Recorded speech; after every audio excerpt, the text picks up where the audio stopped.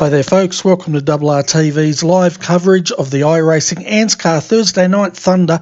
We're coming to you live from Kansas for the final round here, round 14 tonight, and there is a lot to cover. As you can see folks, the drivers are out there practicing at the moment, and we're going to be bringing you qualifying in about 15 minutes time. But until then folks, let's go and wrap up how the Truck Series went at Kansas for their final round last Monday night. Hello and welcome to the final round of the ANZCAR Monday Night Truck Series, sponsored by 131 Web Radio, coming to us tonight from Kansas. It's been a long 14-round series, but it all comes down to this final round. Michael Skurlock had the honour of starting from pole position. The pole position was actually taken by Matt Danson, but he elected to start to the back of the grid, promoting Michael to the pole position.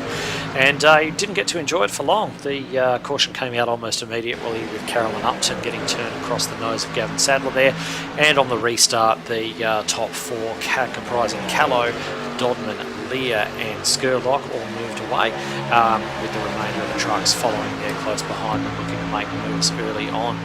A bit of a midfield battle going on there, comprising Foster and Schroeder, and also Sadler and Upton working their way back up from the back of the grid as Lear led away early, with Robbie and Callow following in behind them. Nice and closely bunched at the start of the, just after that restart actually, and Dodman just making a move on his teammate, Ashley Lear, and Lear just dropping there into second place. Plenty of time to fight later on in this 100 laps. James Foster made his return to ANZCAR competition with a strong run there, coming out of the midfield to begin with, as Gavin Sadler started to make his way back up through the field, and Matt Danson having an early stop there, pulling back out of the pits onto the track. I believe he had a connection issue actually that's put him quite a few laps down, as Callow led from the cloud there. Todd Maxfield being the first of many spinners out of turn 4, doing what most of them did and coming down and getting a whack into that outside wall before winding up onto the grass with a little bit of help from Sadler. And on the restart, the two Talk boys leading away again, with their teammate Mitchell McLeod sitting back there in 4th place, just looking to make a way past James Robbie and make it a Talk Inc. 1, 2, 3. Aaron Dillon running strongly there in the midfield with Terry Humphreys for company there. Schroeder and Sadler getting together. Unfortunately, it looks as though Sadler just maybe didn't know he was there and moved up across Schroeder's nose. And on the restart, Robbie getting in the middle of that all-talk party there at the front, hoping to run around the outside of both Lear and Dodman. Skurlock, of course, popping his nose in there. McLeod looking to make a move on him, with James Foster and Terry Humphreys keeping a watching brief back there in 5th and 6th places. Will Barrington had a solid run there in the midfield, just as you can see him now tucked up behind Nicholas Walsh, while Callow, Humphreys and Dillon continue to run solidly in the midfield, looking at making their way up onto the leading pack. As you can see, Robbie getting down the inside of Dodman, just giving him a little heave-ho there wide and making the move to take that position.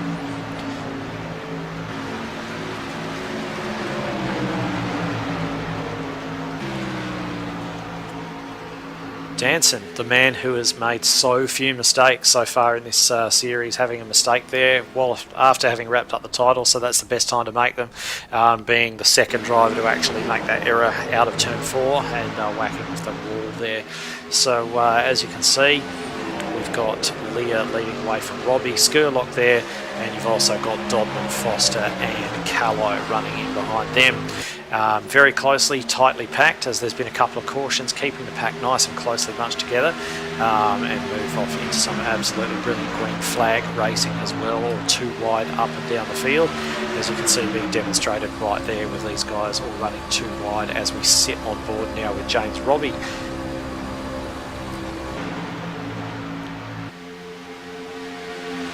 Top 4 began to get a bit of a breakaway.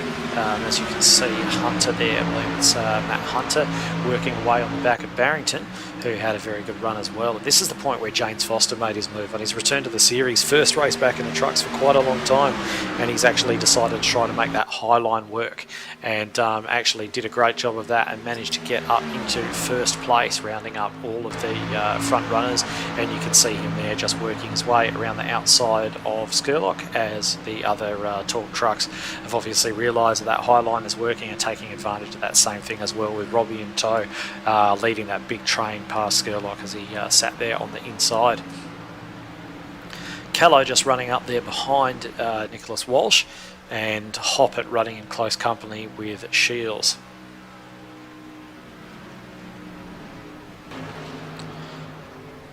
James Foster continued to lead away with Dodman pressuring him.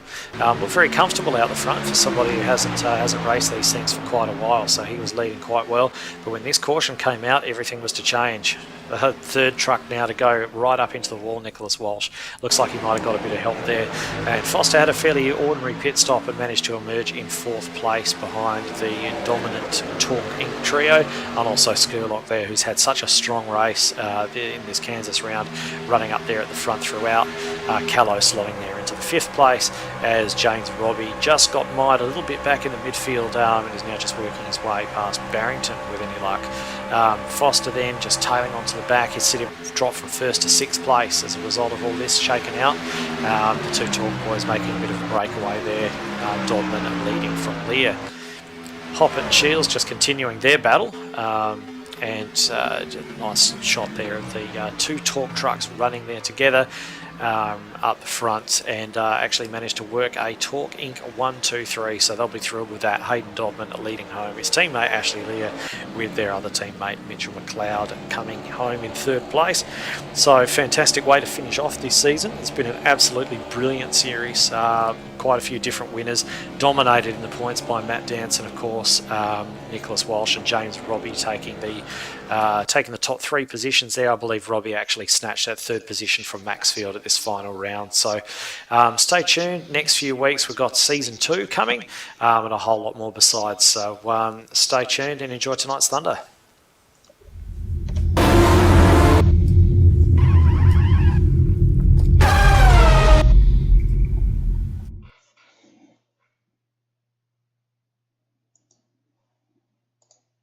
So there you go, folks. That was last Monday's wrap-up of the Truck Series, and what a fantastic race that turned out to be.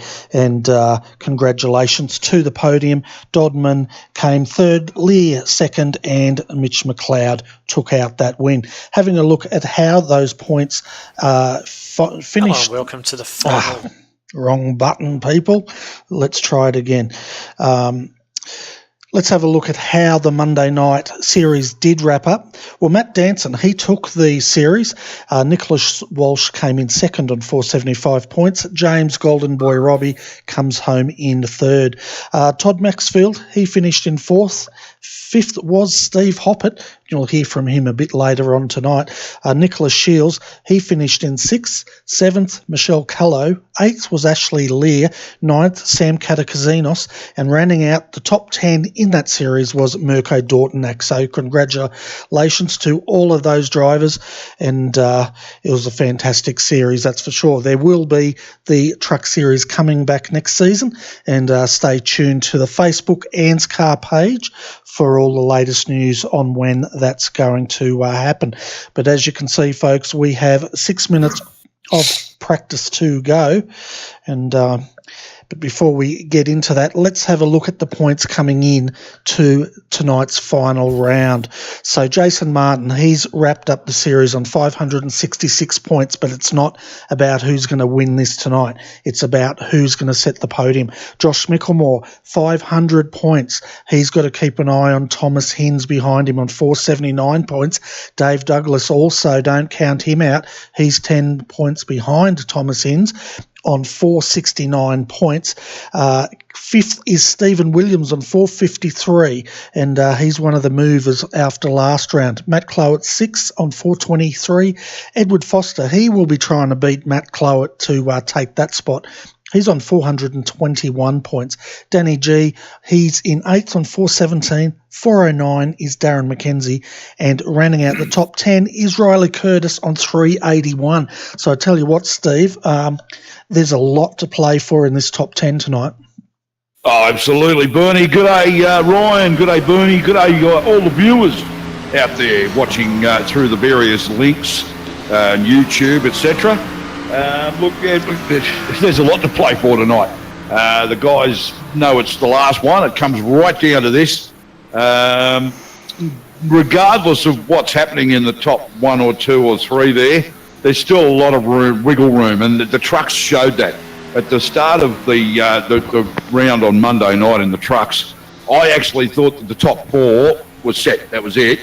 But it turned out that James Robbie managed to steal a position from Todd Maxfield, and the finishing round had actually, the order up until then had actually been Danson, then Walsh, then Maxfield, then Robbie, and then some other bloke. But what it turned out to be was that Robbie and Maxfield swapped places purely on the fact that they were just close enough that the finishes actually dictated that. So as far as tonight's concerned, there's still a possibility of a few positional changes there. This is a fantastic track for it too. Like, this is a lot of good open fast racing here. There's a couple of spots, if your tyres go off, you've got to be real careful. Turn 4, I think Ryan will be more than aware. Turn 4 here can be a real danger spot. Isn't that right, Ryan? Yeah, turn 4 is the biggest spot here. It's where the car, it wants to go all the way up to the wall, and you want to go all the way up to the wall, but it's a little bit tighter than you expect it to be. And see a couple of right sides bent in from it also. Yeah, before we get into that though, guys, there's something I need to share with you guys and the viewers. You haven't seen this, and it's top secret. It's come straight out of the garage of one of the competitors. And Steve, one question I've got for you is the 21, Jason Martin. He has been absolutely dominant this season, and I've got a picture here of what some of the competitors are going to try to beat this man on track. And I just want to cover this off very quickly, and then I'll let you guys build up tonight's round. So I got a video sent earlier in the week, folks, marked top secret. I had a look. I was very, very impressed, and we'll bring this rig up now. So this rig was sent in by Bruce Smith, and this rig is something to behold. I tell you what, they're calling this the Devil R, and it is something to behold. It's pretty awesome. From what I've seen, it's very fast-moving, motion active VR outfit. It's got no lag, very accurate. He's still in the prototype. This is the second prototype he's built, and they're going to be looking at selling this down the track, if it all works out, as a semi-retail version for select customers if people are interested in this. But I tell you what, Steve, what some drivers are going to try to beat the 21 is pretty incredible. Mate, that's a flashback to the Mercury space program and the testing that the astronauts had to go through. Looking at that, I hope Bruce's life insurance is paid up, because that looks like a dangerous piece of equipment. Yeah, it certainly does. And when I saw the video, I thought two things. That's nuts. I want to have a go. But anyway, so pretty much, yeah. I think sitting in that though, I think you'd have to actually wear the crash helmet too.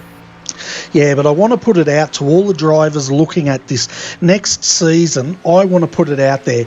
Each driver, I want you to send in a picture of your rig, what you're using, so we can show the viewers. It doesn't matter if it's as fancy as this one or it's just a joystick. We don't care. We want to show the viewers exactly what our drivers are using out there, and give them some idea what this esport's about. But anyway, I've gone on too long.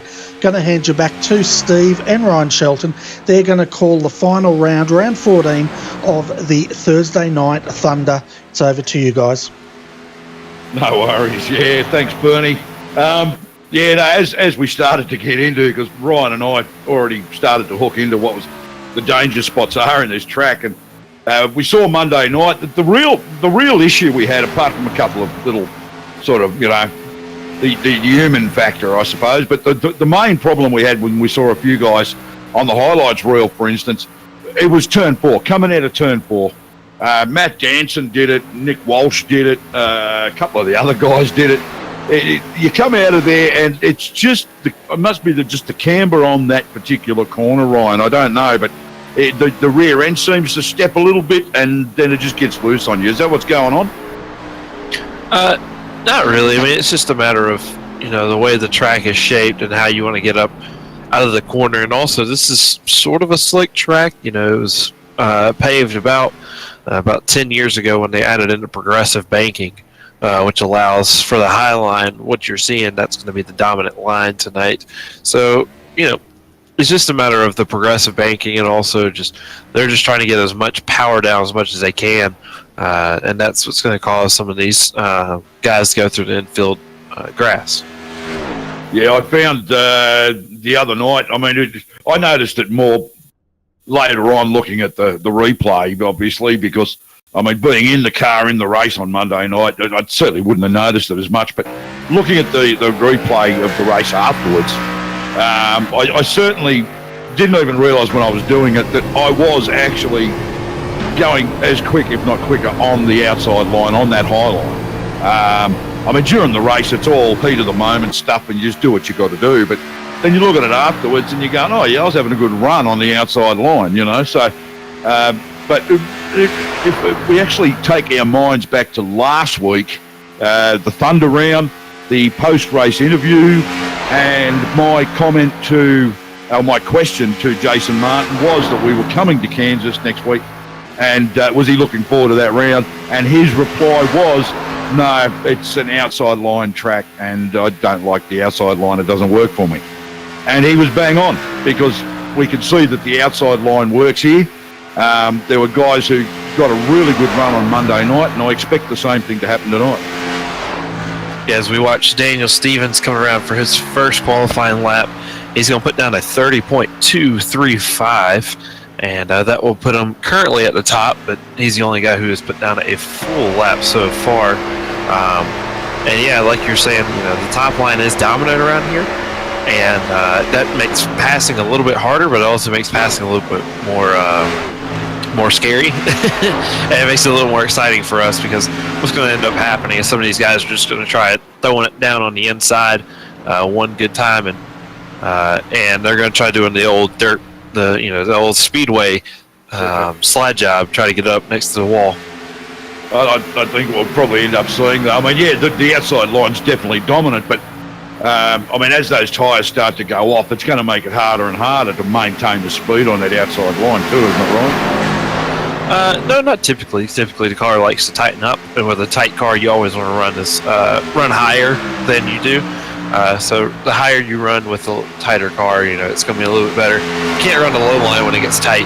If a car stays loose, then you might be able to run it, but if it runs loose, then it's going to be hard to get off the corner, which also running high makes it easier to do. So I think we're going to stay a high line all the way around the track. As you see, Matthew Cloet, he runs that bottom line there, and then he moves all the way up. That's a little backwards. A lot of people you'll see run the higher line than the low line.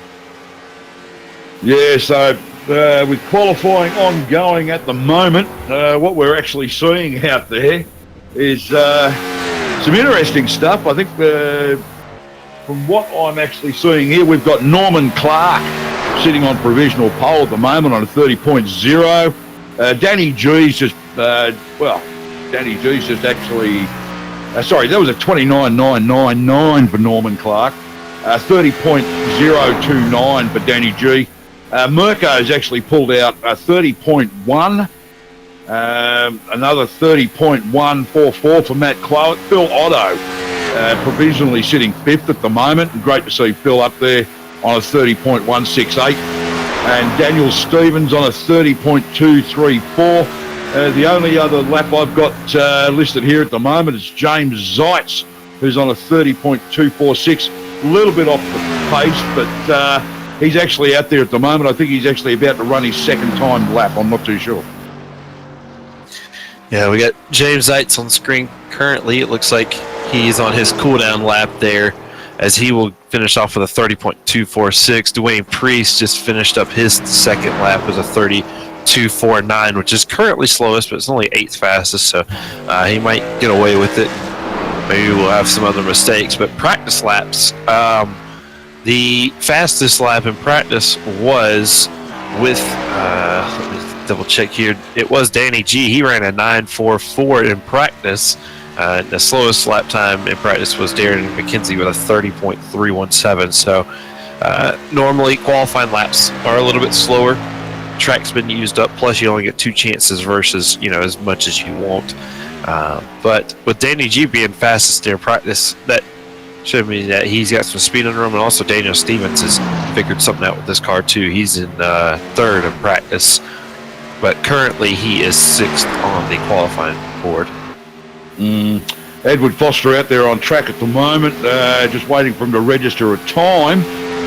Did a 30.028 in practice, Ryan, but I'm expecting, I don't think Edward will crack that on his qualifying lap. I think he'll go close, but that's actually markedly faster. Yeah, there he goes, a 31.0. So he was slightly off that practice time. As you were saying, the practice laps appear to be a little more quick than the times we're seeing laid down so far by the same guys. Yeah, Roger Clark actually went his fastest with a 30.1 flat.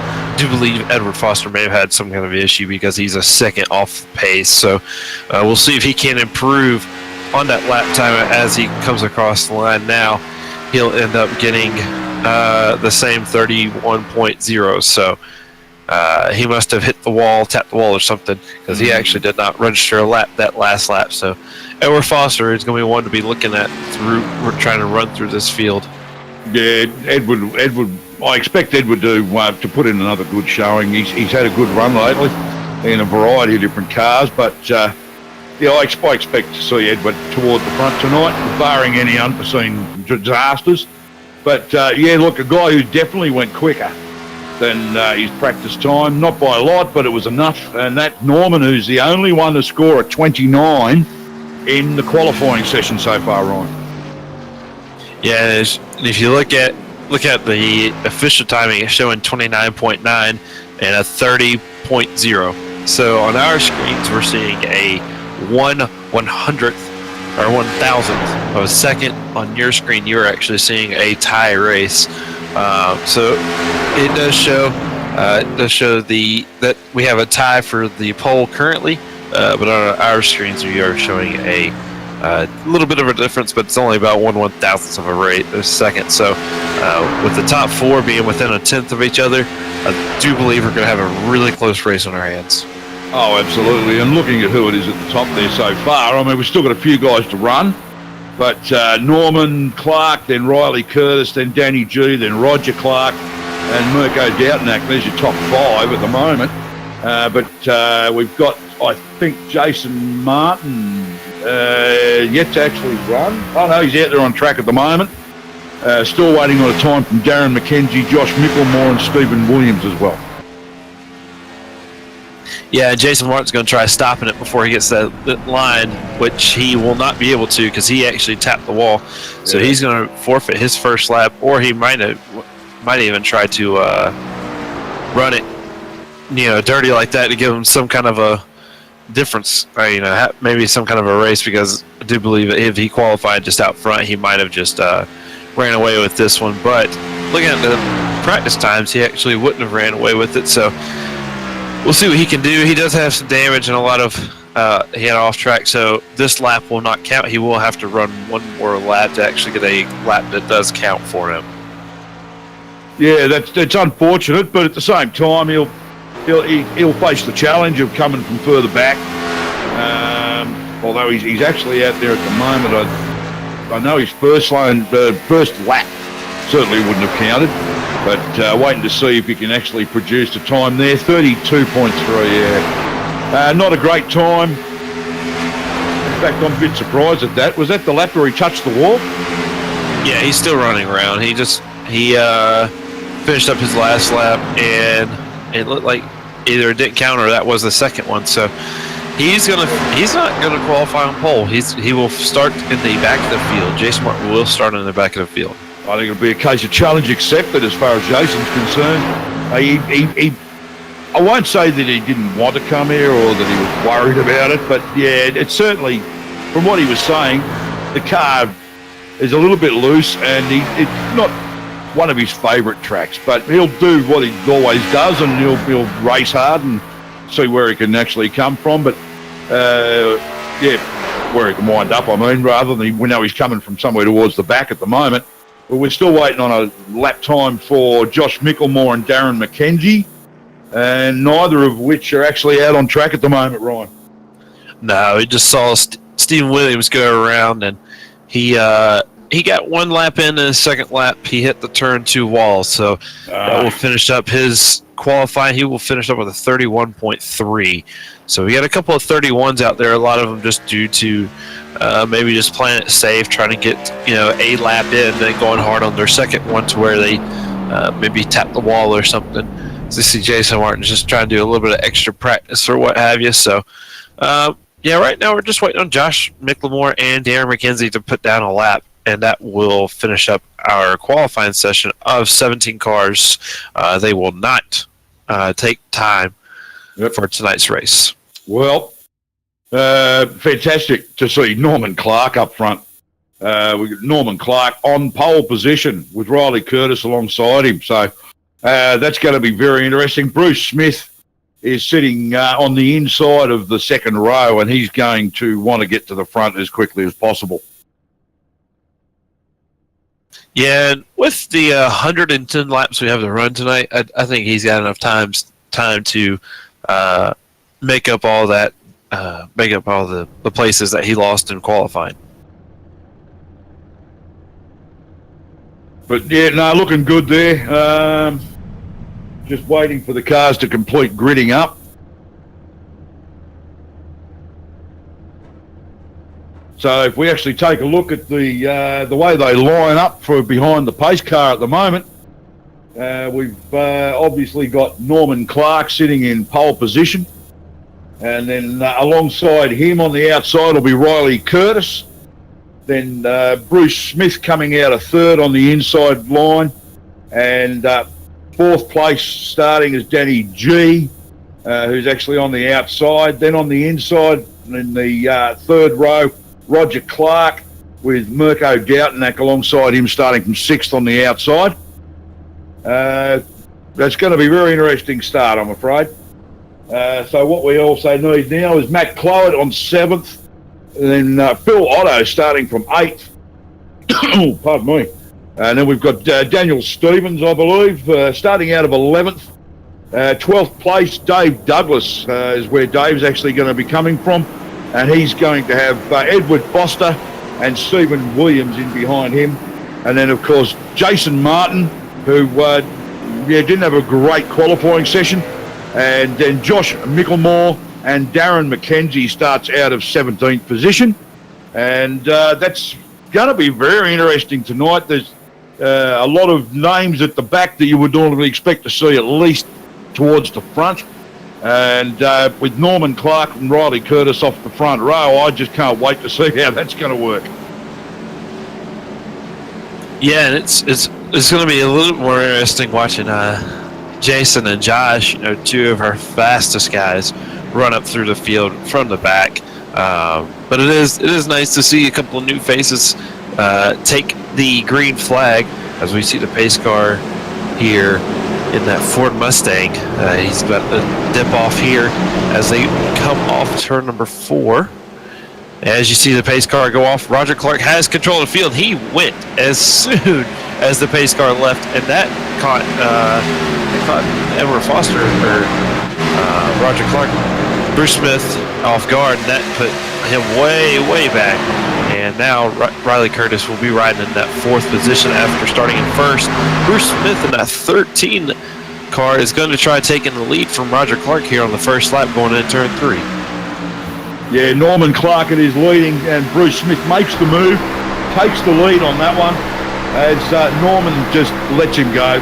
There's absolutely nothing you can do about that. Bruce Smith carrying a tremendous amount of speed through that turn, but there's a long way to go. So Norman's not new to this. He knows exactly how the things go, and he'll probably do he'll be on the long plan for tonight, I would imagine.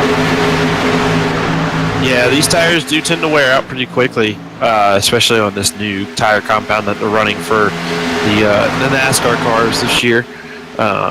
So it is going to be interesting to see just how much some of these guys can take care of their car. Yeah, what I what I do find interesting is, of course, that Roger Clark has now moved up to third, and Riley Curtis behind him in fourth place. Riley, of course, started on the front row alongside Norman Clark. Then we've got Matt Clowett up to fifth, and Danny G's dropped a couple of spots. He's back to sixth position now, Brian.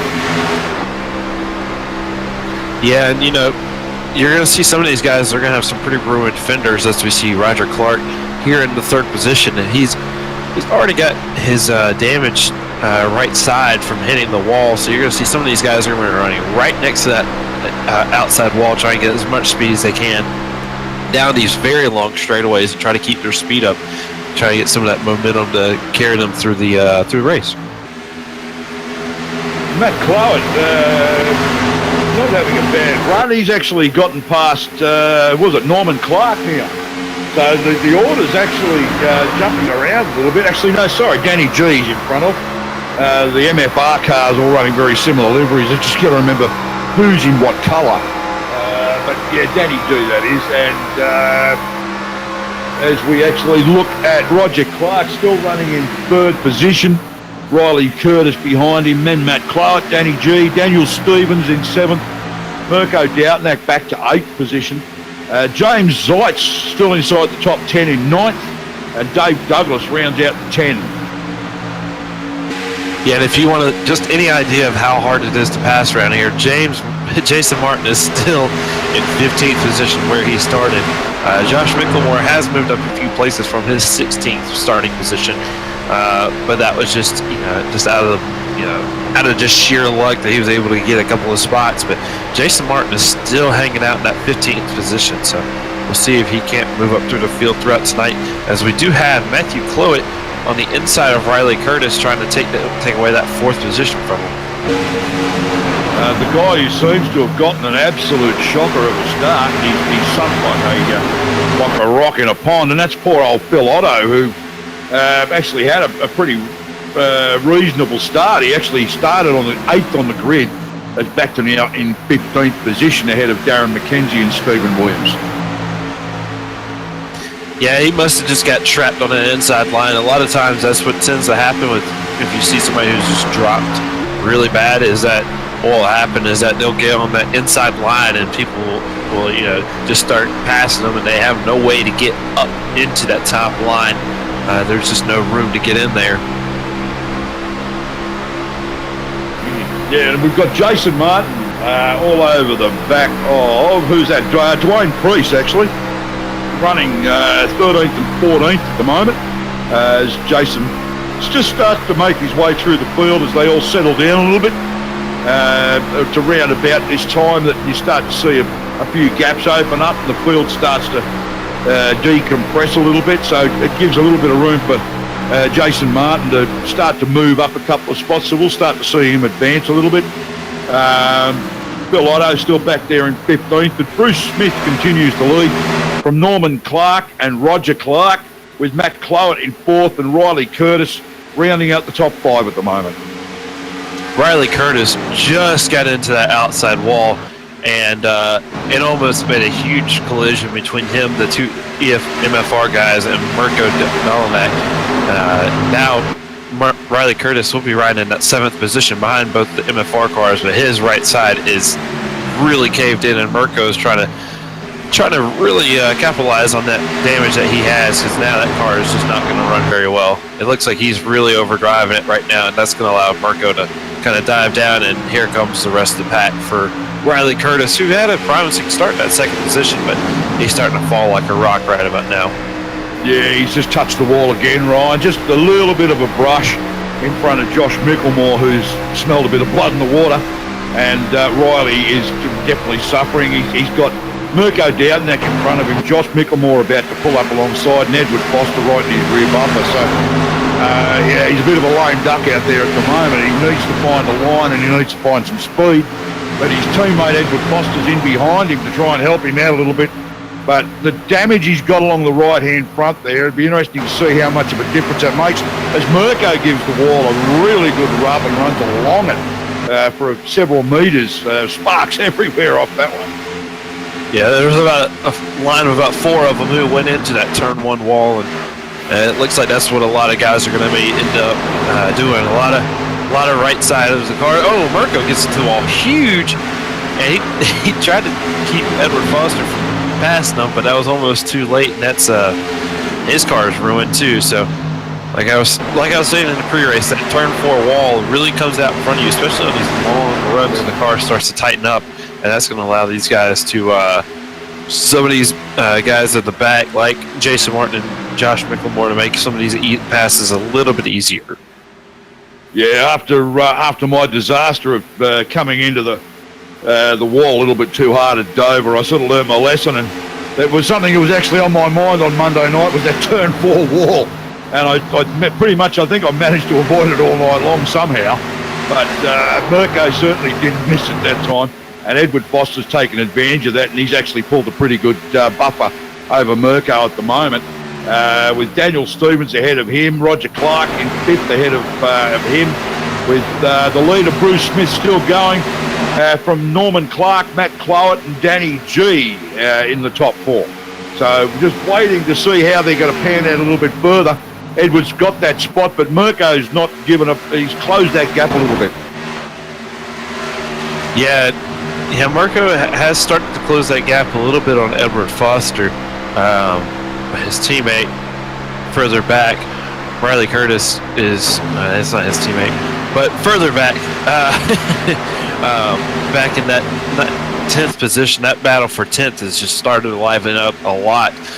We were 3 wide for a few laps in a row where it was Jason Martin and Edward Foster, Riley Curtis, and a few others in there. Dave Douglas, James Zeit. So big names throughout this field are down the run, as we just see Dave Douglas give the wall a little bit of a tap there.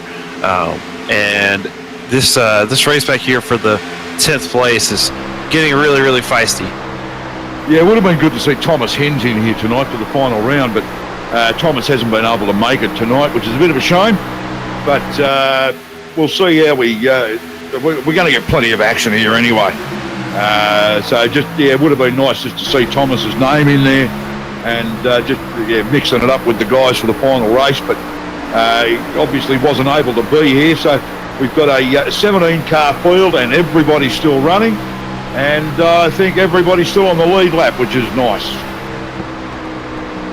Yeah, one of the biggest things I'm starting to see as I'm looking around some of the other cars, the top 5 are the only cars in the field that have, completely clean cars. The rest of them, Dwayne Priest has a clean car, but most everybody else either has a right side caved in, or in Edward Foster's case, he has a left side caved in. It might be lag on my part, but as we see here, Mirko and Roger Clark are starting to go at it here for the 7th position.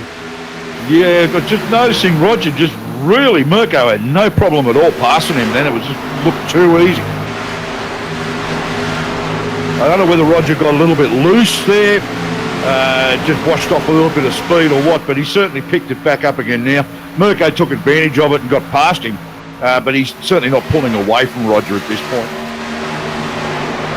Yeah, it looks like Roger's actually trying to move his line away from that top line. Maybe try to keep some of that damage off the car, or just trying to find a comfortable line down here at the bottom. He's probably just more comfortable down here. But that is going to be slower as Dwayne Priest is going to start to make his way up to him, and he's going to pass him like he's just standing still here in a moment if Roger Clark continues running that low line here. And as we looking at the back of Dave Douglas's vehicle at the front of Jason Martin's Mustang at the moment, and Dave Douglas a little bit too close to the wall, and lots of sparks off there. Great view indeed. As we see Stephen Williams in behind Jason Martin, and Phil Otto making a move down the inside line now with James Zeitz following him through. Yeah, the only way really to make that inside line work is that you get a really good run off of them, off of one of the corners, either turn 4 or turn 1, and then just kind of throw it in there and try to get in front of them to try to make sure they can't accelerate off the corner, try to ruin their run, and then hope and pray they don't come back and do the same thing to you. That's really about the only way to really make a pass run here. So you see Jason Martin is still stuck in that 12th position. He's only gained 3 spots since the beginning of the race. Normally, after 20 laps, you would think James Martin Jason Martin would probably be fighting for the lead about now, but currently he's just having a hard time passing these guys. Well, that time across the line, it's actually got Jason registered up into 12th now, so he is actually starting to make a bit of a move. He's still sitting in behind Dave Douglas at the moment. Dave's putting up a hell of a good fight, but I'm noticing Jason Martin, that front right corner is looking a little bit second-hand, Ryan. Yeah, just about everybody back here is going to have a damaged car of some sort. I think Phil Otto is about the only one, really. Him and Steve Williams have some clean cars, but it's just so hard to pass around here that it's going to be pretty impossible for some of these guys to get around just because just how hard it is. Jason Martin does make the pass on Dave Douglas. Now he's going to have his sights set on Josh Micklemore here. Yep, all right.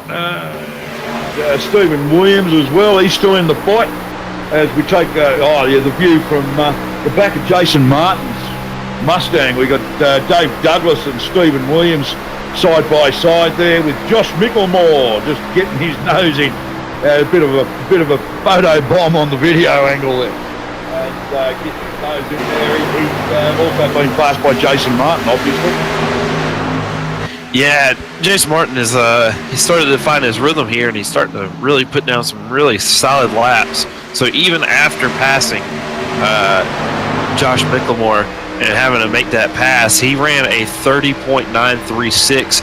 The lead driver of Bruce Smith, he ended up only doing a 30.126. So you're going to start to see Jason Martin, who's starting to make some time here. He's about a tenth of a second quicker than the leader on track. So he does have a very, very large space he's got to make up. He's got about 8 seconds he's got to make up to Bruce Smith, but I do believe if he can continue running his pace and maybe get some green flag stops run his way, he might end up catching him as he runs a 30.89. So currently I do believe Jason Martin is the fastest man on track, as everybody else is running in the high 30s to 32s.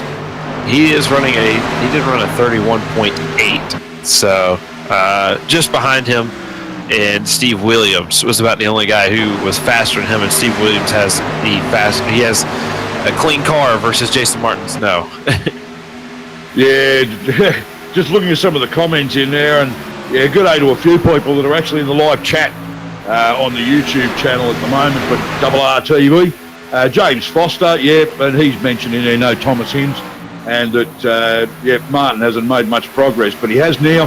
He's up a few spots and starting to make his presence known. Good day to Phil Worley, as well as, everybody else that's in there. We can see all sorts of people in there at the moment. Yeah, DH, how are you?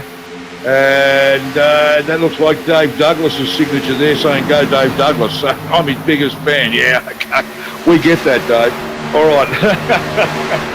Bruce Smith continues to lead in the final round from Kansas for the ANZCAR Thursday Night Thunder Series on RRTV. And if you've just joined us, this is Steve Hoppett and the haystack man himself, Ryan Shelton, with us.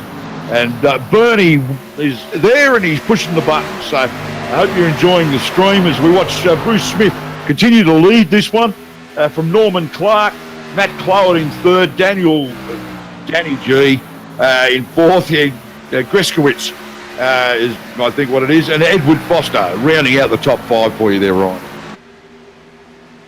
Yeah, and we got Edward Foster moving up. He's moved up from 13th to 5th as we see the 93 of Riley Curtis come down to make his first pit stop here. He's going to get that car all fixed up. They do have a fast repair. I don't think it was intentional. And we do have Josh Micklemore out on track. He actually just spun out somehow. Has not brought out the caution just yet because he did spin off the racing surface. But he did get loose down in front stretch. I just saw he ended up hitting the wall coming off turn 4 as we go to the replay for that one. And that's going to really ruin his car. Yeah, some pretty serious damage to the right rear quarter of that vehicle too, Ryan. Yeah, and luckily they do have that fast repair. It's not they weren't supposed to have the fast repair, but I believe it was left on for the other series that will be running tomorrow or Friday. Saturday, my bad. Saturday Saturday Australian time, Friday night US time. Yeah. Right. So Saturday afternoon, they do have a cup race, and they will be doing one fixed repair in that to try to keep more of the drivers in. Because last time we did run at Bristol, and Jason Martin was the only one who finished on the lead lap. So we're going to try to help out some of the competitors as Dwayne Priest finally gets into the wall for his first time back here in the 7th position. Jason Martin will go ahead and take advantage of that, and he'll move his way up to the 7th position. Well, it's certainly narrowing the number of clean cars down a little bit, Ryan. Oh, wow. That was Jason Martin and Mirko Delanak. They just got into it. Jason Martin just did not notice. I guess he didn't notice or something because he gave him a slight little tap coming off the corner. As we go to the replay to look at that, I've got to put that one on Jason Martin. He saw that Mirko was down there. Mirko really wasn't that far up the track at all. I mean, he was close to the racing surface, but I mean, he wasn't on it. So he did kind of move up a little bit, but what is it?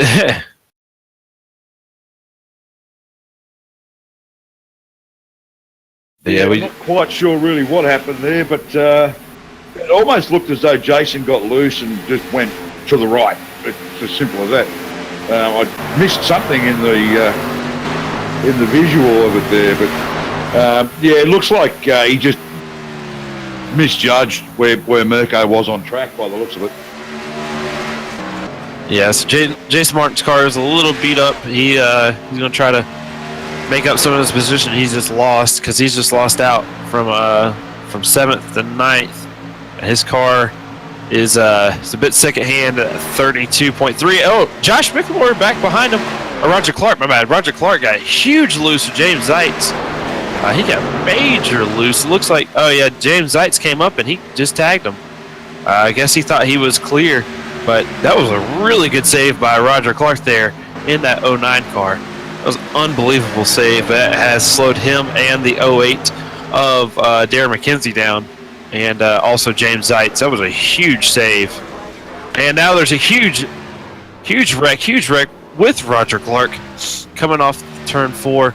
And that was, again, it looks like he just got loose here, hitting the wall. And he bounced off the 10 of Dave Douglas. His night just went from really good to really, really bad. He was running it. He's qualified in the 5th position. Now he's back here in the 13th position. Oh, yeah. Nasty. Yeah, no, that's a bit of a mess, that one. Yeah, just looking at that replay again. Roger, he's doing the pirouettes now, so he's going to be carrying a fair bit of damage on that vehicle. And I expect to see him pit fairly shortly as soon as he finds the opportunity, and he'll maybe even try and get some repairs done to that bodywork. But I'm hoping he actually takes a chance to go in now while he's under caution. But we'll just have to wait and see on that one. But waiting to see who pits, and Bruce Smith leads most of the field in. Probably find most of the guys will go in at the moment because it's been a while since they've had a chance. There's a few staying out. Mirko, I think, staying out, and I think it's Riley Curtis as well.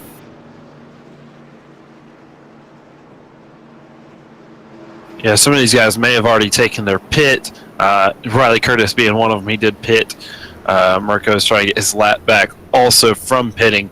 So some of these guys are just trying to get their lap back. Norman Clark will have that first pit stall, so we'll see if he can take advantage of it and get out before Bruce Smith. So you see, most all of these guys are going to take 4 tires. As Bruce Smith will be the first off, and then we'll see Danny G just barely get out in front of Matthew Clutt and Roger Clark there, and then Edward Foster will be right behind them. We'll probably see Mirko get the blow-by as the lucky dog. He's both he and Riley are being marked as a lap down at the moment, and Mirko's the first car lap down, so he'll probably get the lucky dog.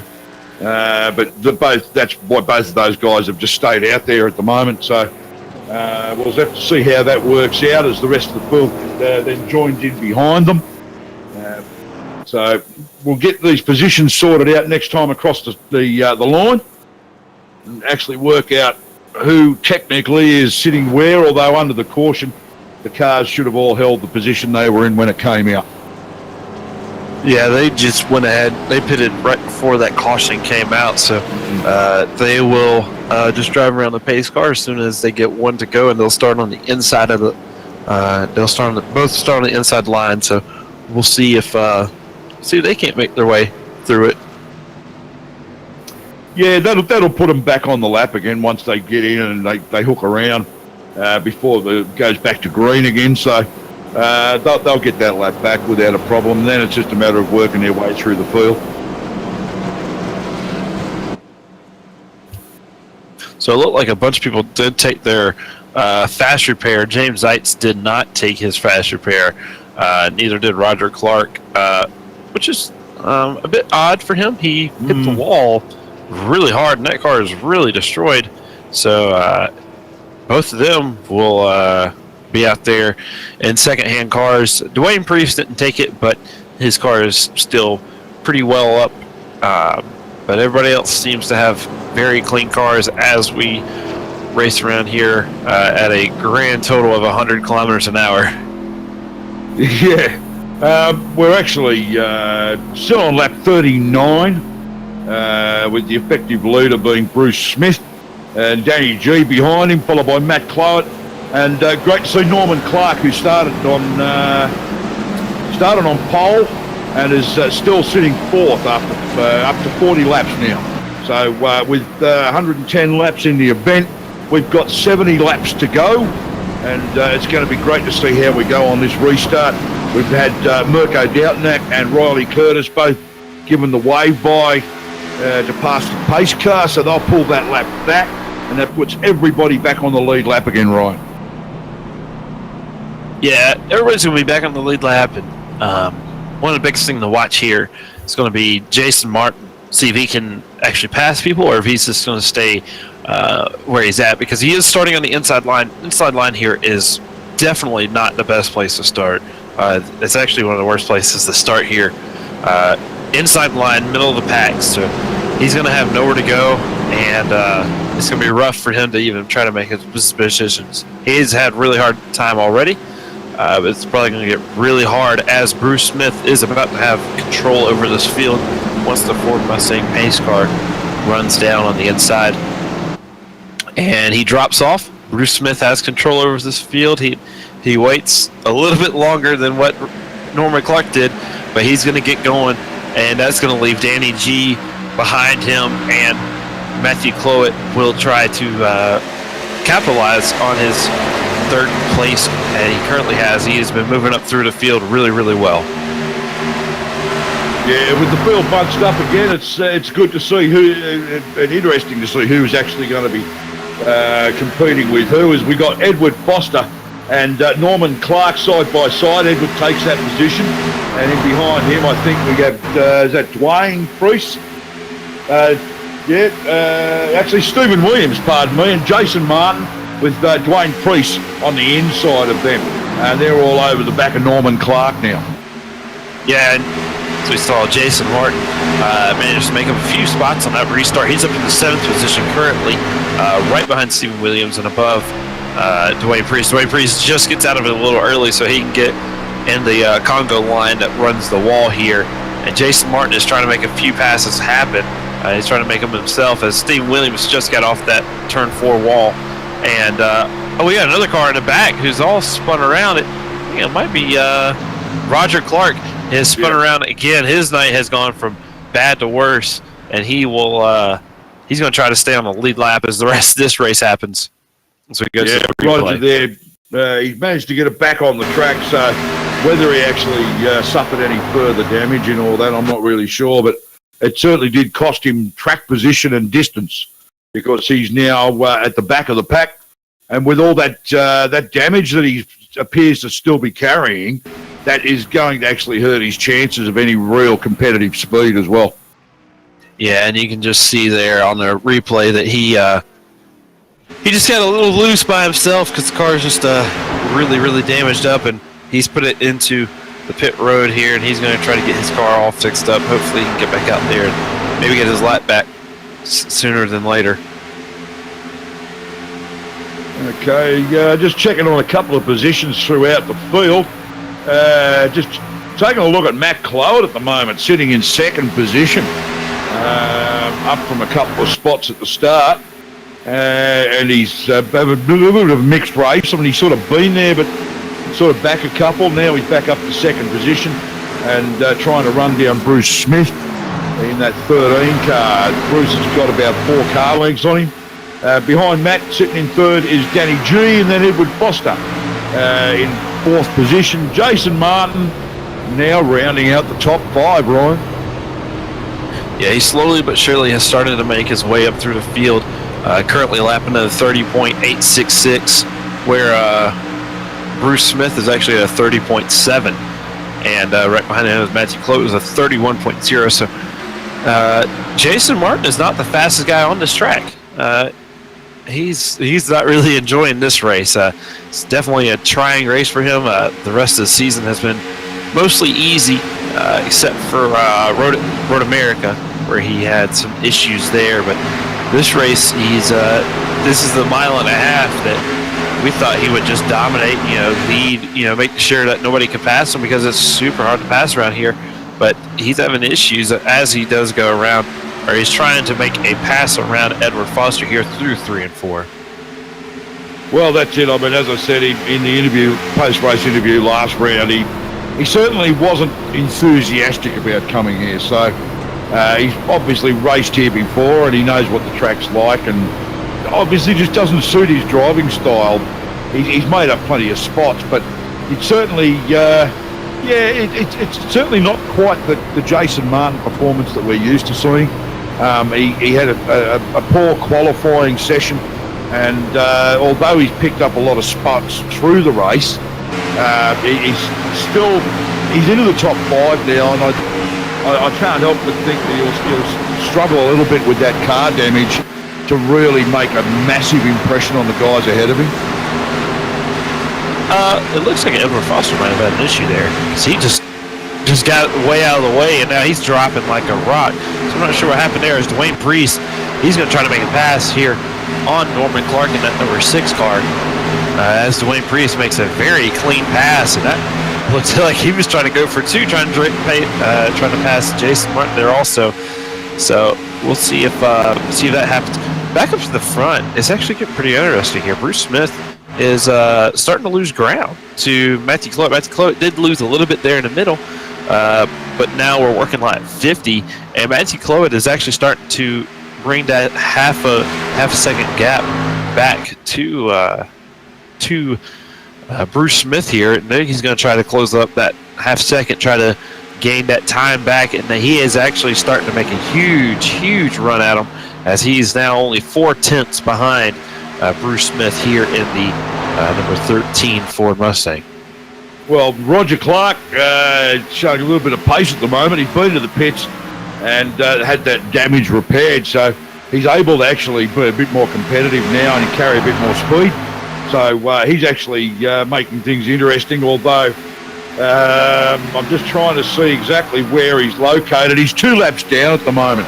So Roger's actually racing to unlap himself and get back on the lead lap with these guys, as Bruce Smith continues to maintain that bit of a gap there to Matt Clowett.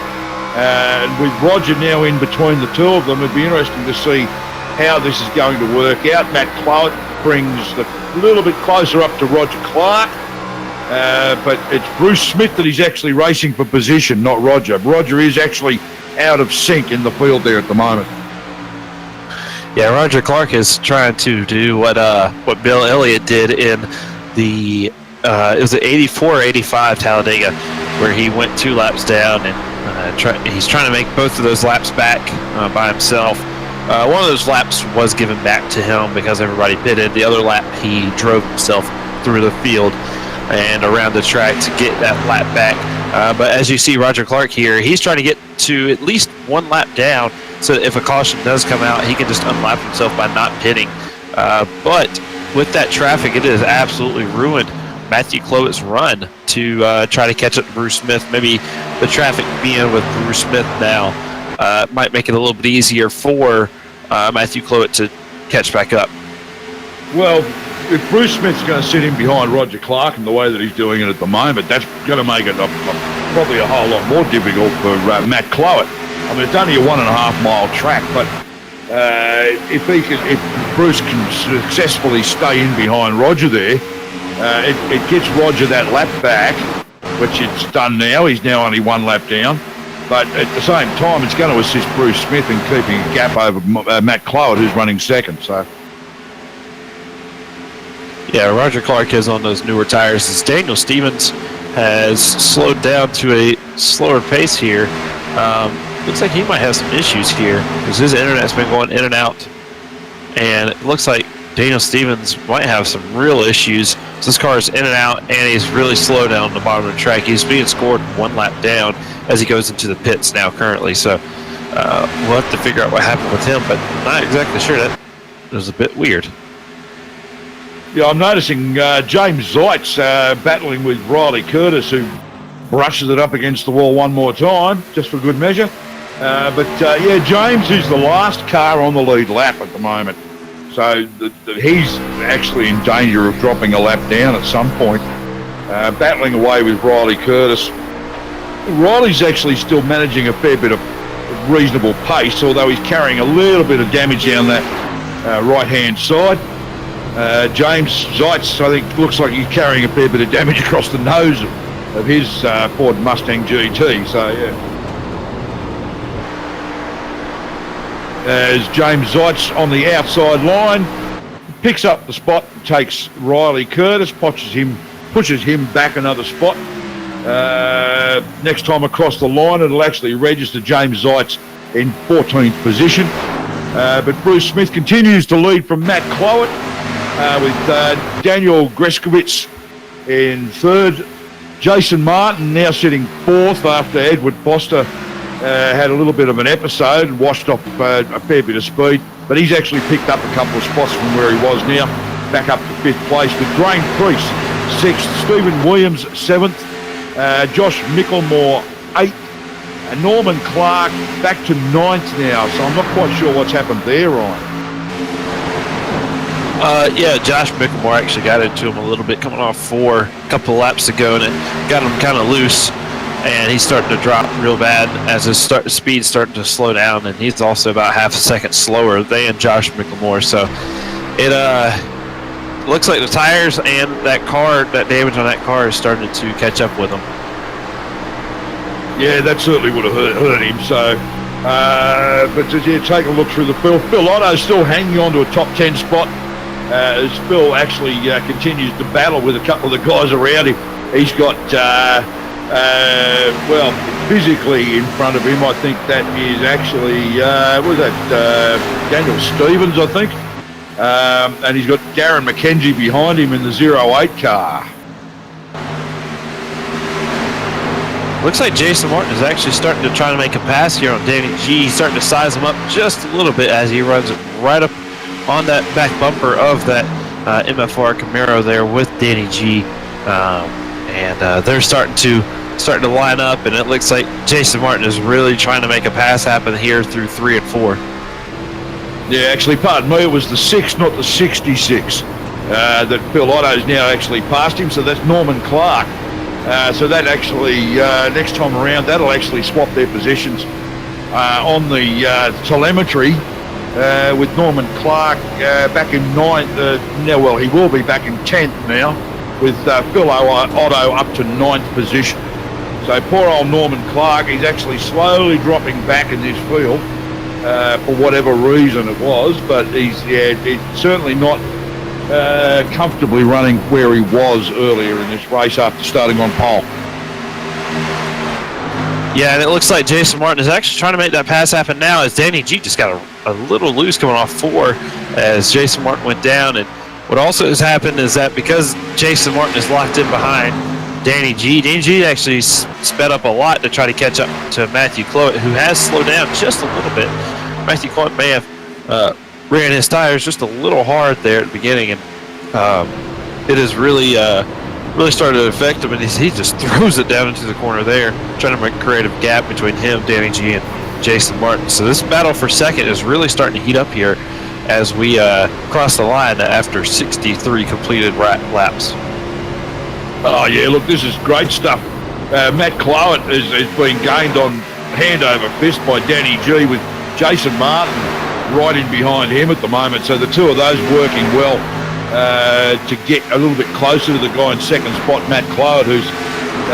and Jason Martin moves down to the inside. It looked like he was going to make a pass on Danny G there for a minute, because he knows that Danny's probably going to get caught up behind Matt Clowett.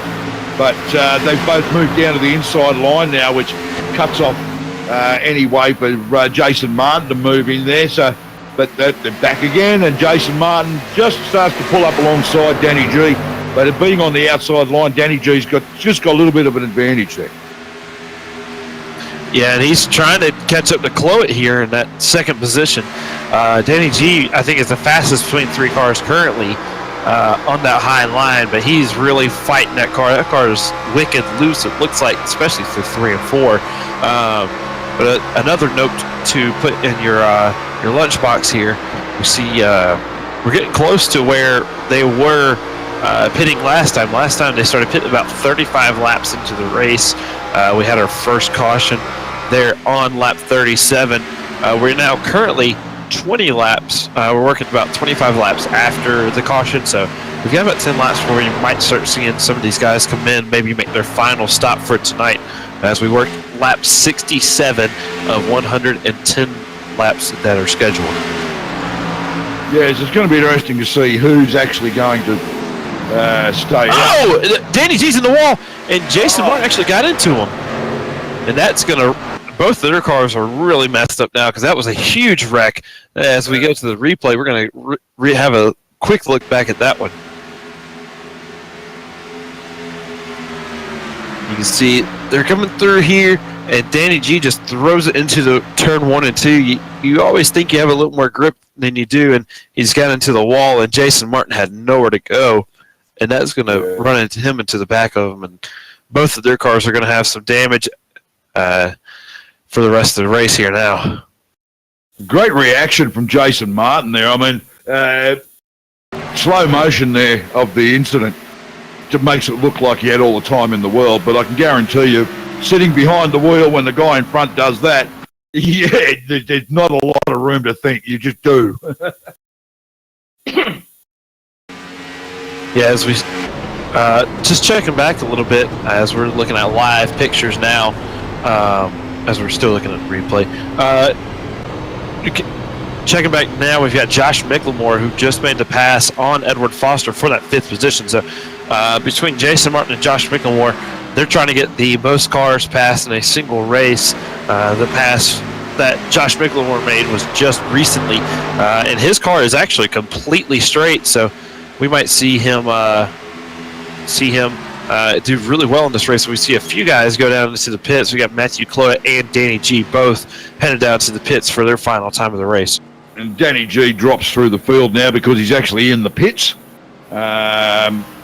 He's obviously felt it's time to go in. I don't know whether he'll actually bother to repair any damage, but it's getting to the point of the race now. I think he's thinking about fuel and some fresh rubber. Try and get back out there and get competitive and pick up a couple of spots, knowing the others are going to have to pit at some point soon as well. Yes, Matthew Clowett just did a real quick 4-tire stop. Danny G is going to do the same. He's going to have to fix some of that damage just a little bit. Maybe make that car somewhat competitive here. And it looks like also he's going to have to serve a penalty because he didn't use his quick repair last time. He used his quick repair, but he had to sit there for an extra 15 seconds, and that's really going to ruin his race. So Danny G, he's going to have some issues getting back through this one. Yeah, I mean, there's a couple of ways to look at it. I mean, you can always say as well that he's used his quick repair, so he's cleaned up most of the damage.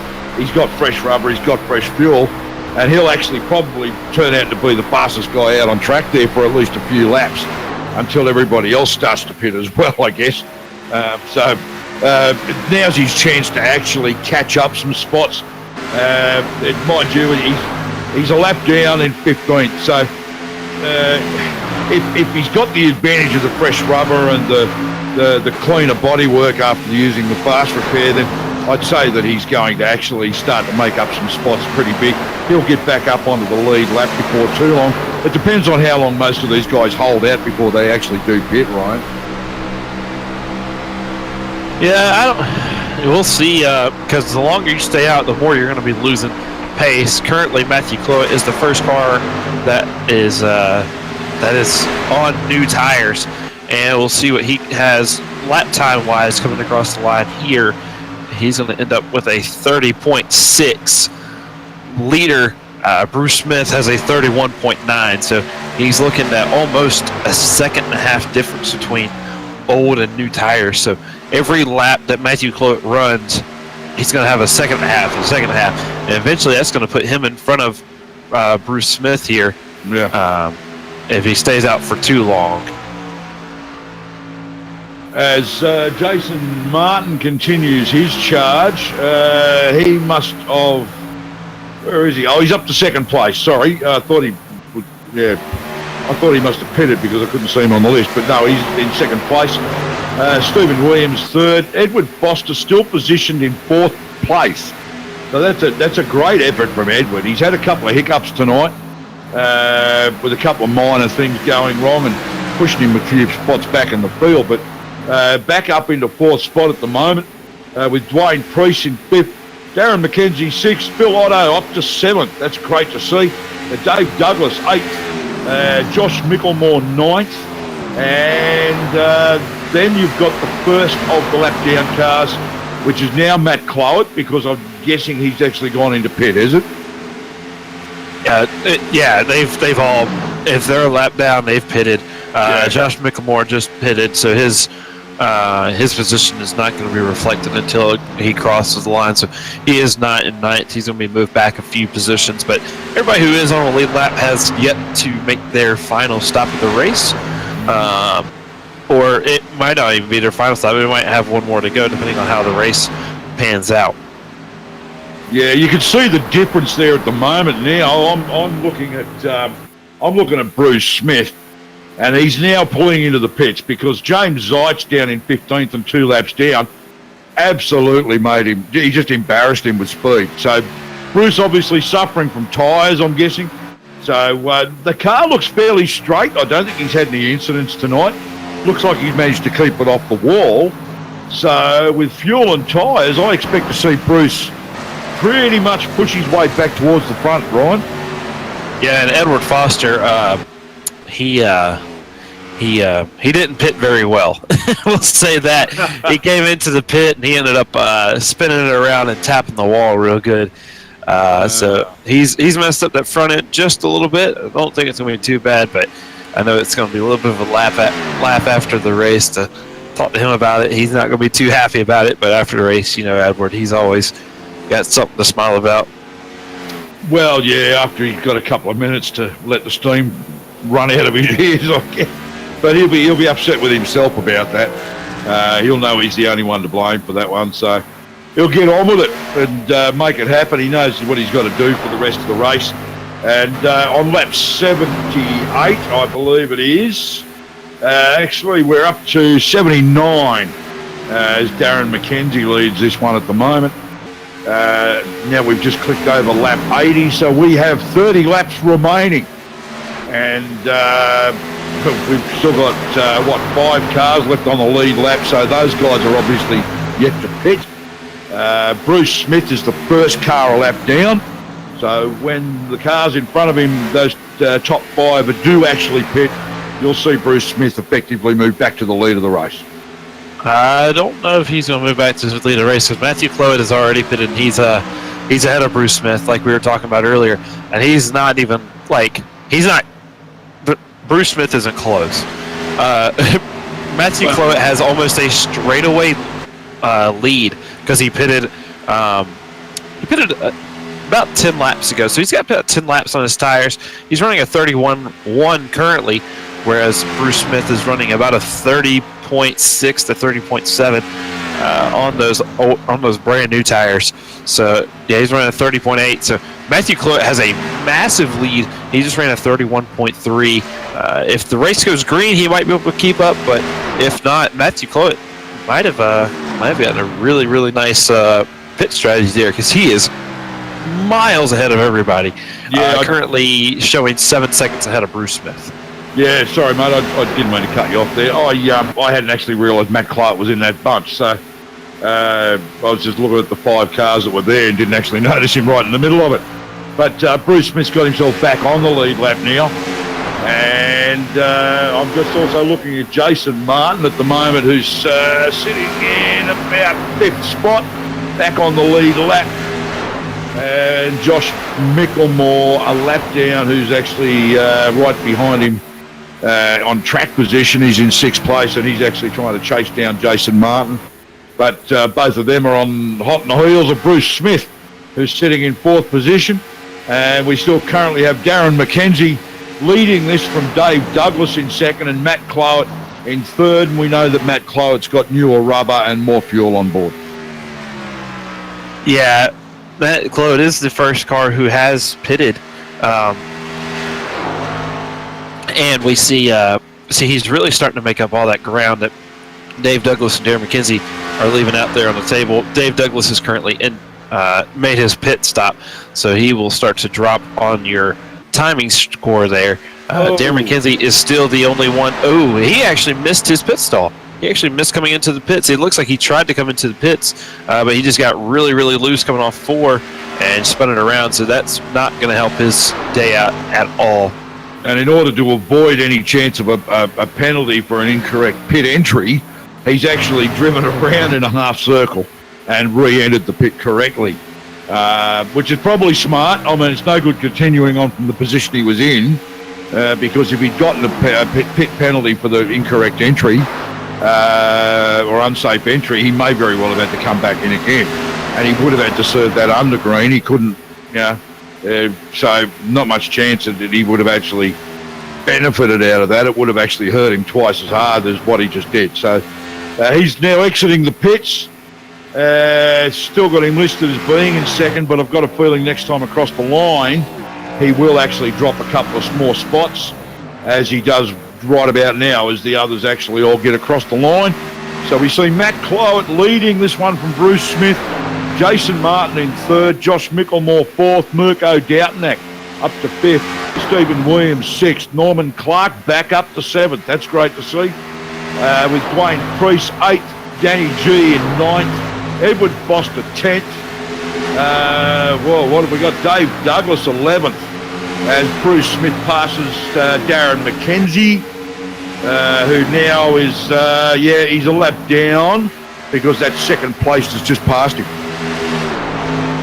Yeah, the thing Matt Cloet wants right now is, more than anything, is a caution, as just saw Jason Martin hit the wall there, coming off of 2.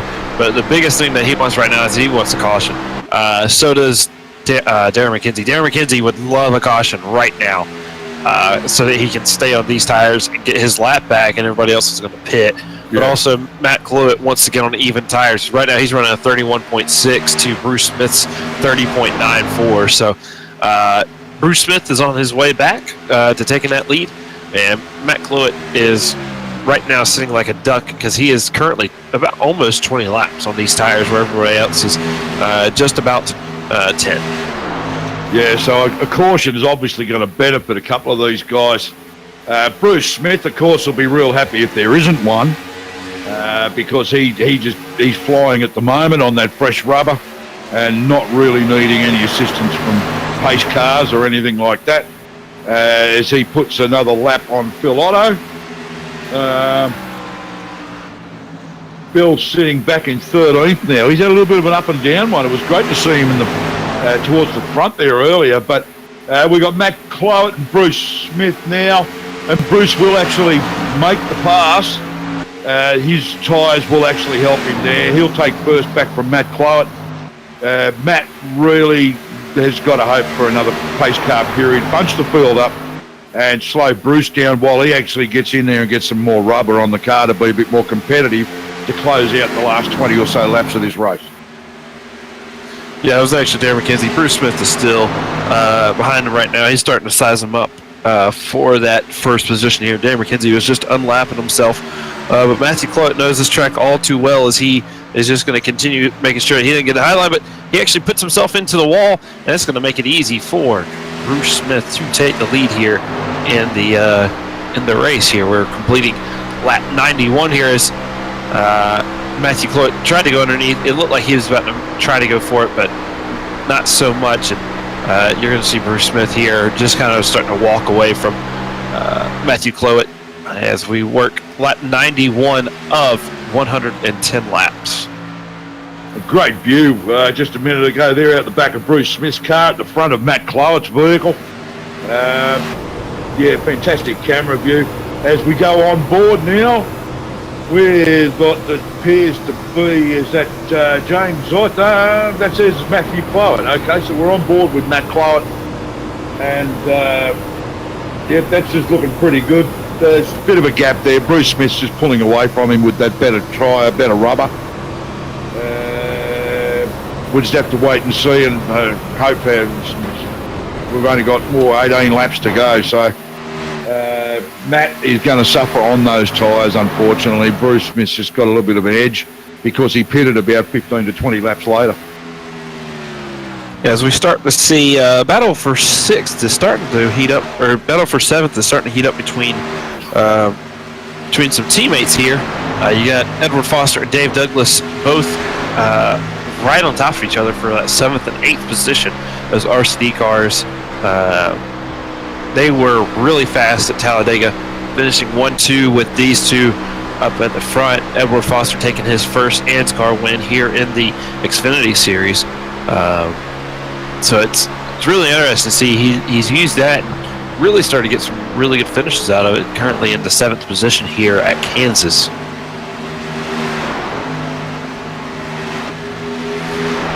Yeah, so he actually, Edward Foster, as you were saying, in 7th place, leading Dave Douglas in 8th.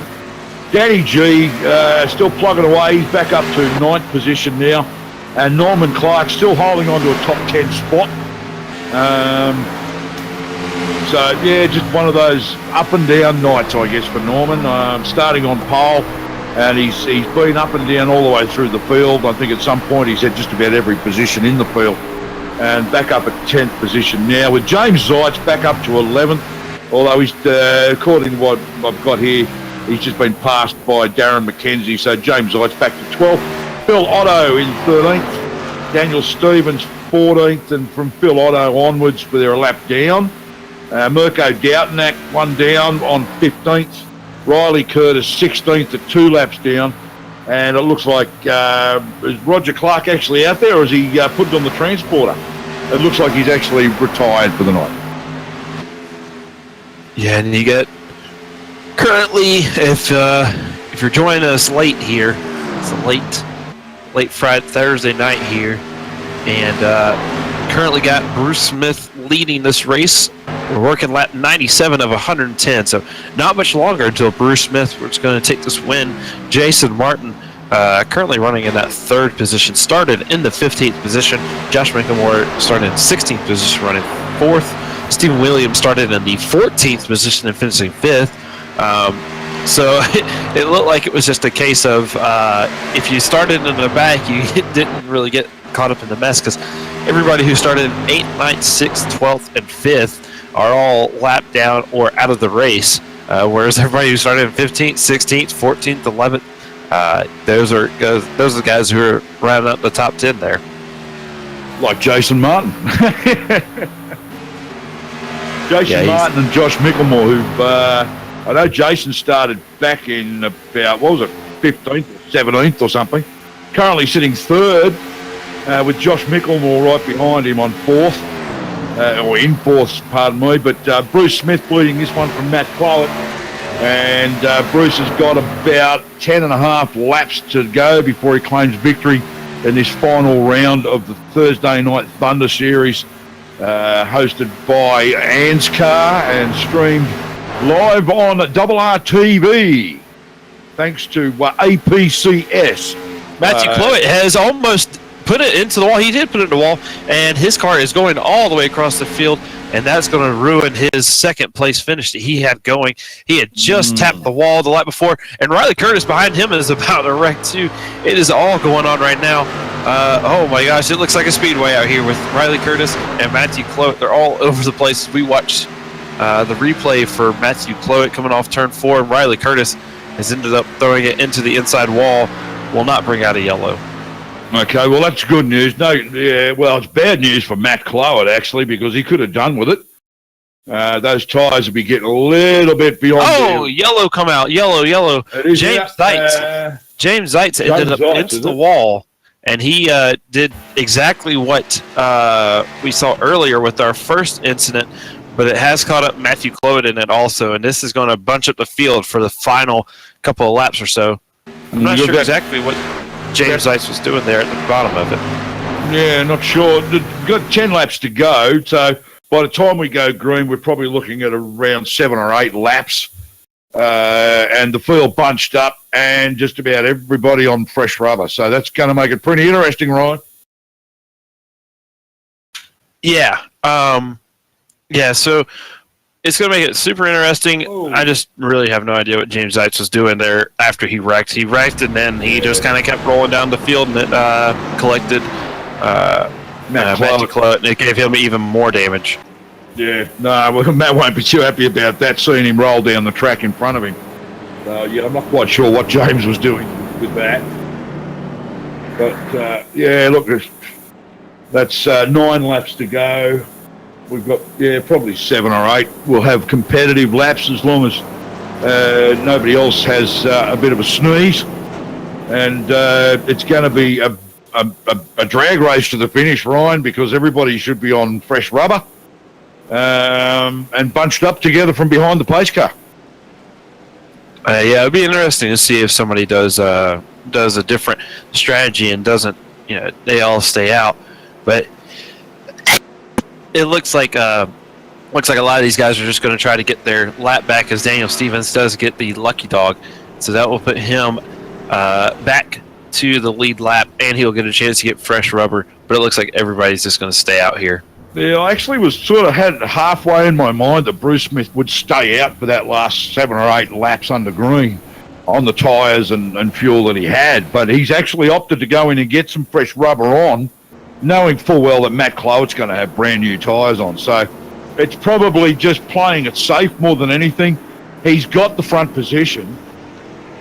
With the fresh rubber on there, it's just going to make it a little bit more difficult for anybody to pass him and take the win. So probably a prudent move on Bruce's part, I would think. Yeah, everybody came in and got some tires. Biggest thing is that Josh Micklemore moved up 2 positions. He'll actually start in the 2nd position.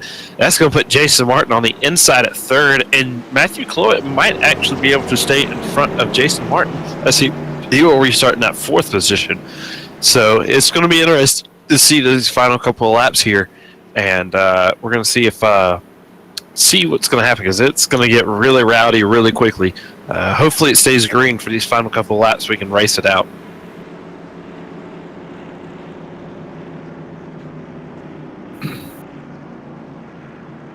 Yeah, so Darren McKenzie did not stop during that run, so that's actually works out really good for Jason Martin, because now he will not start on the outside. He's actually going to start on the inside, so disregard everything I just said. This is actually the worst for Josh Micklemore. Josh Micklemore is going to be on the inside line following a guy who last pitted on lap number 85. So his tires have almost 30 laps on them, 20 laps right now. So his last fast lap was a 32.0, where these guys are going to be running close to qualifying times at 30.3, 30.4 times. So he's going to really have to hope for a caution, but it might help him out a little bit, because he was running in the 11th position, so he might be able to get some of those positions back just by virtue of being out there, not have enough times from these guys. So it might help him out in the long run, but I don't see him winning this race. Even Darren McKenzie you're talking about? Yeah, that's the guy I've been talking about. Even sitting at the front there with those tyres on it. He's got guys around him on fresh rubber. It's going to be very tough. I think the lights are still on the pace car. No, they've gone off now, so next time around we'll be going green.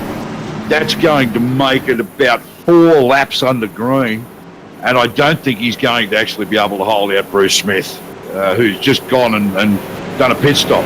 So Darren McKenzie's taken the gamble, and I've got a feeling he's going to end up way back in the field out of all this because he's going to get swamped on this restart.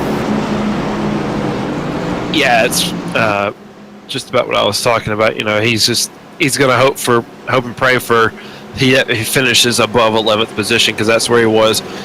Do look for him to just kind of dump it out of the gate, and Jason Martin is going to want to try to get that outside line away from Josh McLemore, and he's going to really try his best to stay in that outside lane as the pace car drops off here, and we'll see Darren McKenzie take the lead, and he's going to do exactly what I was thinking, just try to jump ahead and try to get ahead of everybody, try to get as much space in between him and the field, because they're going to be coming very quickly. As we see Josh McLemore, he's going to try for that bottom line, try to take away that position away from Bruce Smith, but Darren McKenzie's going to essentially block Bruce Smith as you start to see those new tires from him, and the lead is changed now, and they are wrecking in the back. No caution just yet. Oh, it is a caution, and that's going to bring Josh McLemore to the win. It actually depends on how they score it. Bruce Smith might have been the last leader, so I'm not sure exactly how they're going to score this at all. But this will finish the race. I've got Bruce Smith listed in first with Josh Mickelmore second, but be interesting to see what happens as they go across the line next time around, and whether Bruce Smith is right where he is or whether Josh Mickelmore is being told to pass him. I'm not sure. They were side by side, so it's going to be touch and go as to who was actually had their nose in front of it at the moment that the flag came out. Yeah, I'm not exactly sure what happened, but Matthew Clowett just kind of drove right off the track and just stopped in the infield. And I'm not sure exactly what happened with this car or whatnot, but he just drove straight off the track and just stopped it. But that shouldn't have brought up the yellow. I'm not exactly sure what did bring out this yellow. But if their screens are correct, Bruce Smith has won this race, and Darren McKenzie has come out really nice with this pit call. Well, that's really unfortunate because the final race of the series, it's been a fantastic series, and to see it complete under caution like this is a little bit upsetting, a little bit depressing, but that's racing. It's the way it happens. I mean, little things happen further back in the field, and the front guys didn't actually get a chance to go hammer and tong side by side and race each other to the checkered flag, unfortunately. Yeah, so I'm just trying to look back and see what happened here. What did bring out this caution? Because I saw two guys they both just straight off the straightaway. It was Matt Clowett. He just went straight off, and then Dave Douglas did the same sort of thing, where he was going straight. Him and Daniel Stevens got into it, and he managed to wreck it there, but I'm not sure that would have brought out the yellow. This is really odd that this yellow even came out in the first place, because I don't see anything from my vision that shows anything that should have brought out a yellow. Well, I didn't see anything on track, like cars spinning, cars crashing into the wall, cars parked on the track. I certainly didn't see anything that I thought would have actually brought out a caution, but the track officials have actually seen it differently, and we've got the caution, so that's how we're going to finish as we get ready to actually go around for the final time. We're on lap 109 at the moment. So a little bit little bit of an anticlimax to the final race of the season. But, that's the way it goes. Once again, I'll give a mention to APCS, who supported a lot of things that ANZCAR do, and being the series sponsors. That's Advanced PC and Simulations, and you'll find them at advancedpcandsimulations.com.au. So check them out if you're after any computer parts or a build for an entire system. Also, Shane out there is looking at some, he's got some stuff happening with sim racing cockpits. So have a word to him out there about that as well. That's at APCS, Advanced PC and Simulations, series sponsor for the Thursday Night Thunder Series 1 2018. Yeah, and the fact they gave the win to Bruce Smith, if I'm Josh Micklemore, I would be extremely salty because he was ahead of him the entire time throughout that entire bit, but it just gave Bruce Smith the edge there. So that whole sequence of events, not sure exactly what happened, but it gave Bruce Smith the win, and he did lead the most laps. He dominated this race from start to finish, started in third. Once he got that lead, he never looked back. So good race on him. Sorry, mate, the person who really benefited out of all that, Darren McKenzie, would be wearing a smile like a split watermelon at the moment. Yeah, it'll be his first for this series also. So we've had a couple of firsts who have come out and win. But I'm sure Jason Martin is not exactly happy with how this race went or how it ended up. So it's just kind of sucks. I don't think Jason had any great expectations of tonight, to be perfectly honest. In fact, we'll talk to him in post-race interview maybe if we get the chance, but to find out. But I've got a feeling he'd probably be happy with being where he is, and was probably surprised to get that far up the field. But especially the way he started the evening. So Edward Foster back in sixth. So finishing order: Bruce Smith first, Josh Micklemore second, Darren McKenzie third. That's your podium for the final round of the Thursday Night Thunder Series, hosted by ANZCAR, sponsored by APCS, and brought to you by RTV, streamed live. And we'll get the chance. We'll actually have a bit of a word with a couple of our podium sitters there at the moment, and if we get a chance, speak with either Edward or Danny G, or even Roger if he's around, being the race admins, and get their impressions of how they think the series may have gone. Norman Clark, our pole sitter, finished 9th for the night, which was a bit unfortunate, but that's just one of those up and down evenings. But he'll be happy to have started where he did and get such a great start to the race, and sitting on pole position. Norman would be pretty happy with that, I would imagine.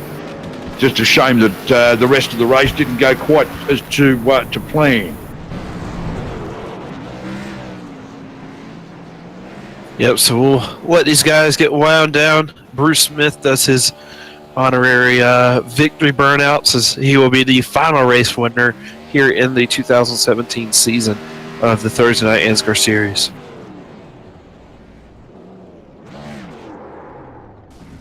I don't think you're supposed to do that, Bruce. They kind of wanted that car back. Supposed to take the win there and take it back home so you can race it again. But it looks like he thinks that rules change is going to end up next year, so he may not need this car anyways. He figures he's got a few weeks to get it back to the workshop and get it fixed. So yeah. Yeah, and also a little mention to Jason Martin there. Bruce Smith may have won the battle, but Jason Martin did win the war. He's our 2017 champion, and it's not close. We're 2018, aren't we? Yeah, it's my bedtime, that's for sure. Time zone's not that far off, mate. Yeah.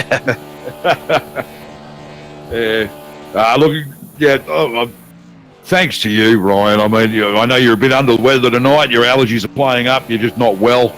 And you've managed to stick it out and give us some great entertainment and commentary tonight. So, yeah, full marks to you, mate. Thanks very much for sticking it out and doing that for us. That's great stuff. And as usual, great commentary. So thanks very much for that. as Bruce Smith continues to celebrate winning the final race of the season. Well, how about we get our series champion up? Mr. Director, you want to... And we've got Mr. Jason Martin in the comm box. How are you? Congratulations. I know you've pretty much had the series wrapped up as it was, but it's now official, and we've completed the final race of the season. So congratulations for winning the championship, Jason. As far as tonight's concerned, did you sort of meet or exceed your expectations at this track? I was hoping for a top 3 at least, but yeah, I'll take a top 5. I don't really like these top line tracks. They're a bit hard to pass on, so if you get back in the pack, it can be real hard to make up ground. Yeah, you managed to get yourself up into top. Well, I think you were second there at one point. So you did manage to actually work your way and race your way up to the pointy end, but a couple of changes and a couple of cautions certainly saw things slip back a little bit. But you finished in 4th, and that's a pretty creditable way to finish a race where you didn't have that great a qualifying session and started to right pretty much almost at the back of the field. Yeah, that was a shocking lap. Yeah, I wouldn't have thought you'd been too happy with it, but it's the way it goes, mate. You've got to have a bad one every so often. Yep, and of course it would be at this track, one of the ones I hate. Yeah, well, that's what I meant when I was asking about your expectations for tonight. But look, you finished where you would hope to finish. You pulled the series off, yeah, look, it was a good night all round. I mean, we had a couple of late cautions and a couple of early ones, but apart from that, there was a lot of green flag racing tonight. So, did you actually enjoy the runner you had out there while it was on? Yeah, that was a good fun race. It's a shame about that last caution though, because that was going to be a real good finish. We were looking forward to it too. We were only a little bit concerned about Darren McKenzie because he didn't actually take that pit stop on that last caution. So his tyres had about 25 laps or so on them, and we were a bit concerned about how he was going to go for the last 7 laps under green, and ended up getting another caution. So we ended up finishing that way. So didn't get to see the big drag race, the big climactic finish at the end of the season that we were kind of hoping for. So, but is there anybody you want to give a shout out to, Jason?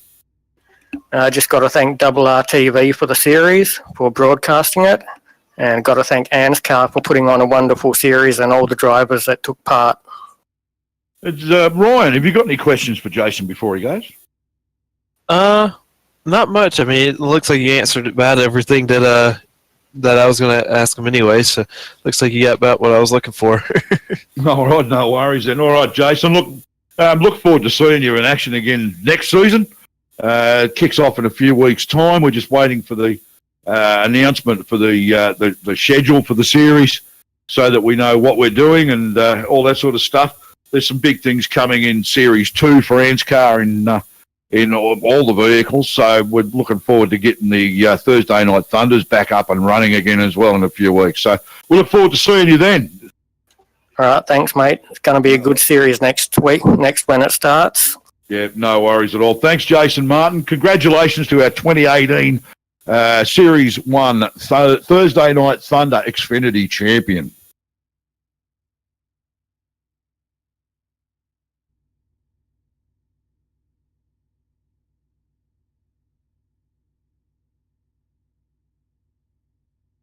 It looks like we're going to bring in Roger Clark here, talk about the final points and how he felt like the series went as one of the organizers here. So, Roger, how do you think the series went? We know how your night didn't go to plan, but let's talk about how the series in total went. Yeah, how's it going, guys? Oh, yeah, no, tonight was a bit abysmal. I'm not feeling 100%, so rather pulled off rather than become a mobile roadblock. Yeah, the series, though, went really well, I think. I know all the admins are all sort of, looking forward to the next set of series and everything like that. But, yeah, I think it's sort of been quite a good series. Yeah. So yeah, it looked like out there, tonight didn't end the way we think it should have, but that's with iRacing. You can't really do much of anything. But overall, I know your race didn't go to plan. But from what did you see? Did you enjoy the racing? I did. I was happy to get a bit of speed out of the car. I had a bit of an accident.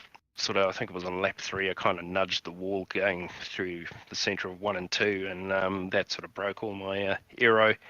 And then bit of a touch up with old who was it? James Zeitz, and the big save and everything like that. But that sort of wore off the tyres, and then the next lap around, I was just into that little jutty bit of wall at the end of 4, and came around, and again, bad judgment on my part in the pit stop. I only put on 2 tyres on the right, and it basically the car wanted to turn on itself. So yeah, that was sort of the story of my night. Right on. Well, do you have anybody you want to thank for the year for you? Yeah, Double R TV for putting on the broadcast, Track Cams for Gourmets for the camera packs that we've been using. The boys at ANZCAR, the admins are always real, they're always working real hard out. The commentators, you, Ryan, for your early mornings. Old Steve-O, the voice of the unofficial voice of ANZCAR.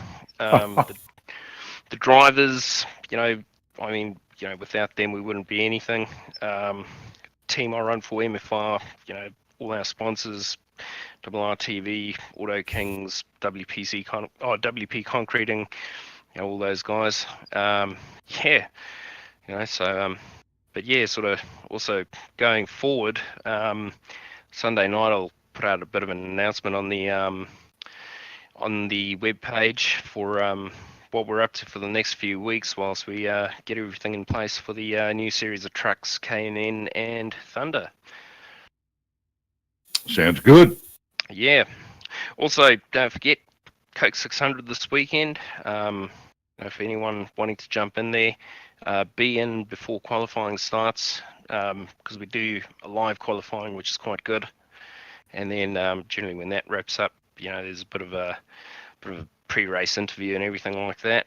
And the other thing for guys to keep an eye out on, next week we start our series with racingleagues.com, which is going to be super late models on road tracks. First round is Zolder, and we're going to try and sort of do our version of staged races for that, because we were wanting to look at short races with a reverse grid, but unfortunately iRacing doesn't allow us that. So sort of mid-race we'll call a yellow flag and let everyone bunch up again, and yeah, hopefully that'll put on some good racing. So yeah, that's sort of what's going on going forward. Well, look, that sounds great. There's some great stuff coming up on ANZCAR. I can tell everybody that's watching and listening right now that the next round of series are going to be some pretty cool stuff happening. So stay tuned.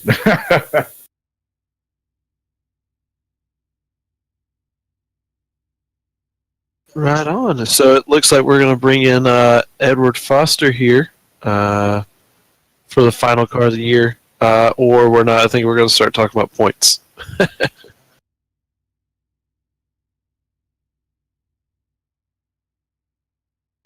Alrighty. So it looks like we're going to bring in Edward Foster, and we're going to go through the results and the final points for the year here. How are you, Edward? Not too bad, guys. How you going? Not too bad. How was your impressions of how the race went tonight?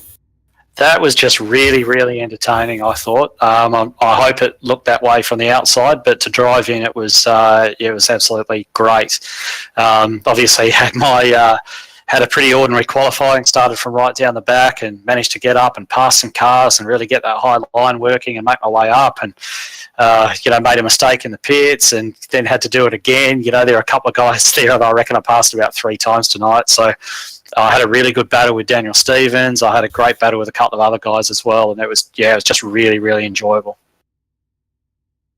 Yeah, no, it was a bit of a mixed night for a few people. I mean, poor old Norman Clark scored pole position the night, which was great to see. But yeah, he had a bit of an up and down race, working his way up and down literally through the field. So ended up, I think he finished in, ninth. So he still finished inside the top 10. But it was great to see Norman on pole. It was a pretty good lap and a pretty good time. But your race a little bit mixed fortunes. You were up and down, a couple of minor incidents. A bit of a letdown, the caution period for those last few laps. We were hoping for up at the Combox anyway. We were hoping for a big climactic drag race to the end, but unfortunately, it just didn't come. Yeah, we were hoping for that too. I think everybody was hoping for that, but unfortunately, there are a few guys. I was one of them who had issues tonight with the screens locking up and going blank, and that's what happened to Matty at the end. Unfortunately for him, so if the caution looked a bit strange, it's because his screen actually blanked out and he couldn't see a thing.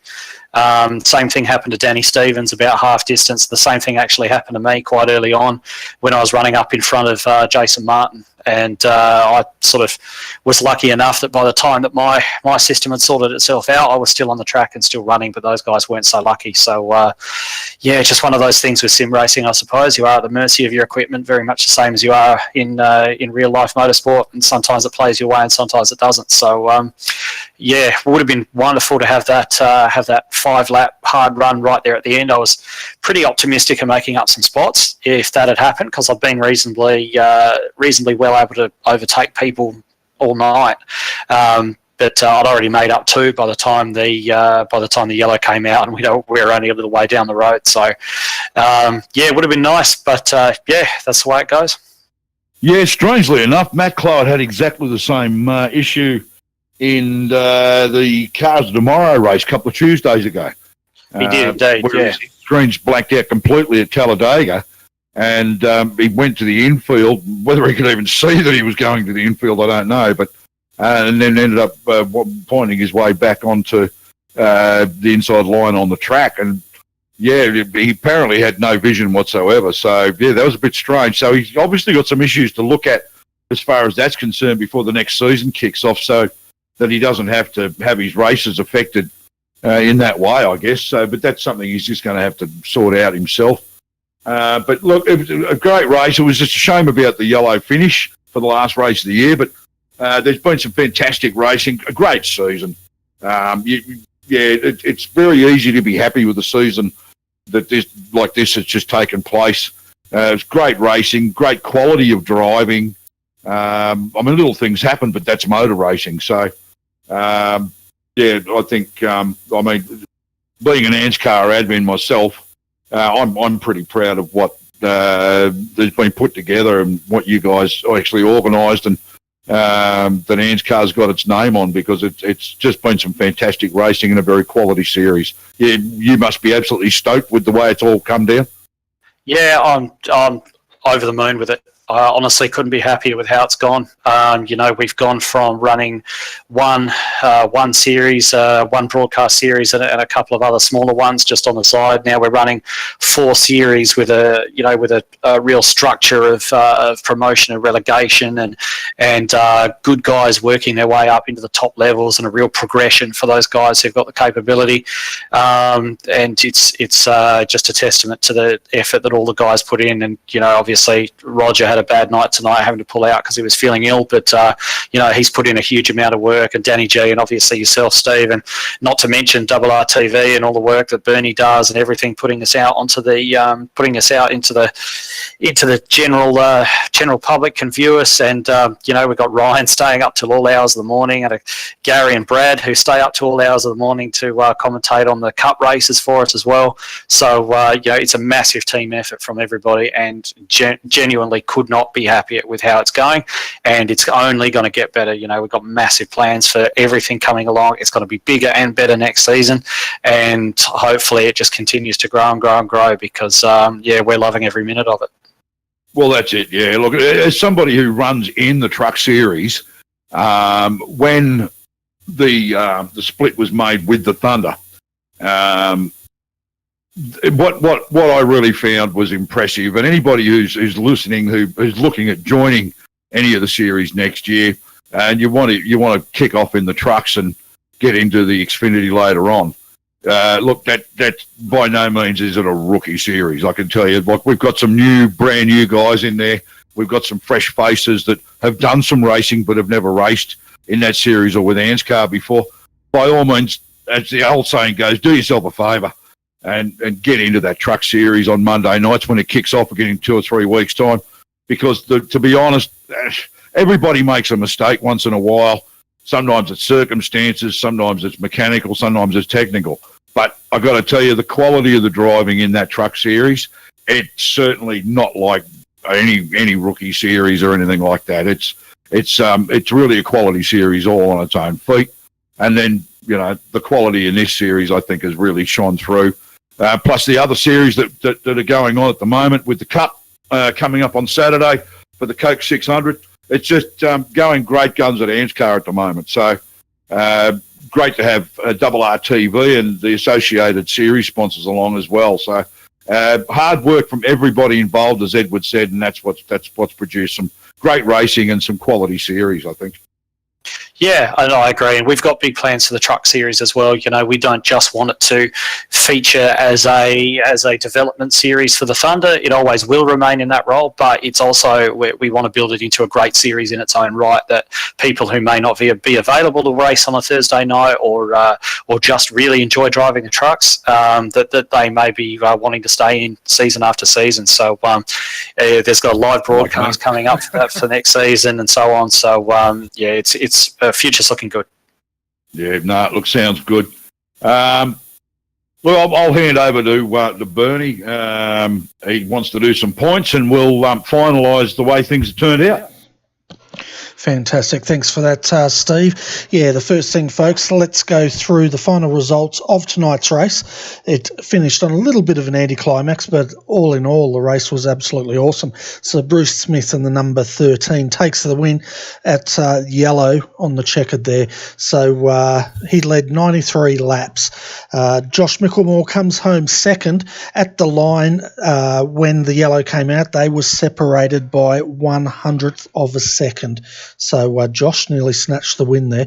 Darren McKenzie finishes in third, and he led 9 laps. Then we had in fourth tonight Jason Martin, fifth Stephen Williams. Edward Foster comes home in sixth. Seventh is Danny G. Eighth is Dwayne Priest. Then ninth was Norman Clark, was on pole but did not have the pace in the race tonight. Daniel Stevens, he comes home in 10th. 11th, Mirko Dortnack. James Eitz comes home in 12th position. 13th is Dave Douglas. 14th, Phil Otto. Matt Clowett, he comes home in 15th. We're still not sure why he stopped on those final laps.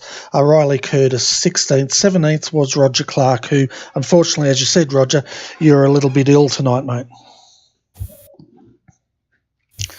So let's go through the final points as they stand now, folks. Roger's been working behind the scenes and he's tallied all those points. So you can see them on your screen at the moment. So congratulations goes to Jason Martin. He takes out the series on 606 points. Josh Micklemore comes home in second on 542 points. Dave Douglas, he did move up a position to take third on 500 points. Steve Williams also moved up a position to finish in fourth on 493. Thomas Hinds, well, he wasn't here tonight, so he suffered the consequences and dropped 2 positions to finish in fifth on 479 points. Edward Foster up 1 position to finish in sixth on 459 points. Danny G also up a position tonight to finish in seventh on 454 points. 8th, Matthew Clowett drops 2 and he finishes on 453 points. We've got Darren McKenzie 9th. Rounding out your top 10 was Riley Curtis. So that's the final results there, folks.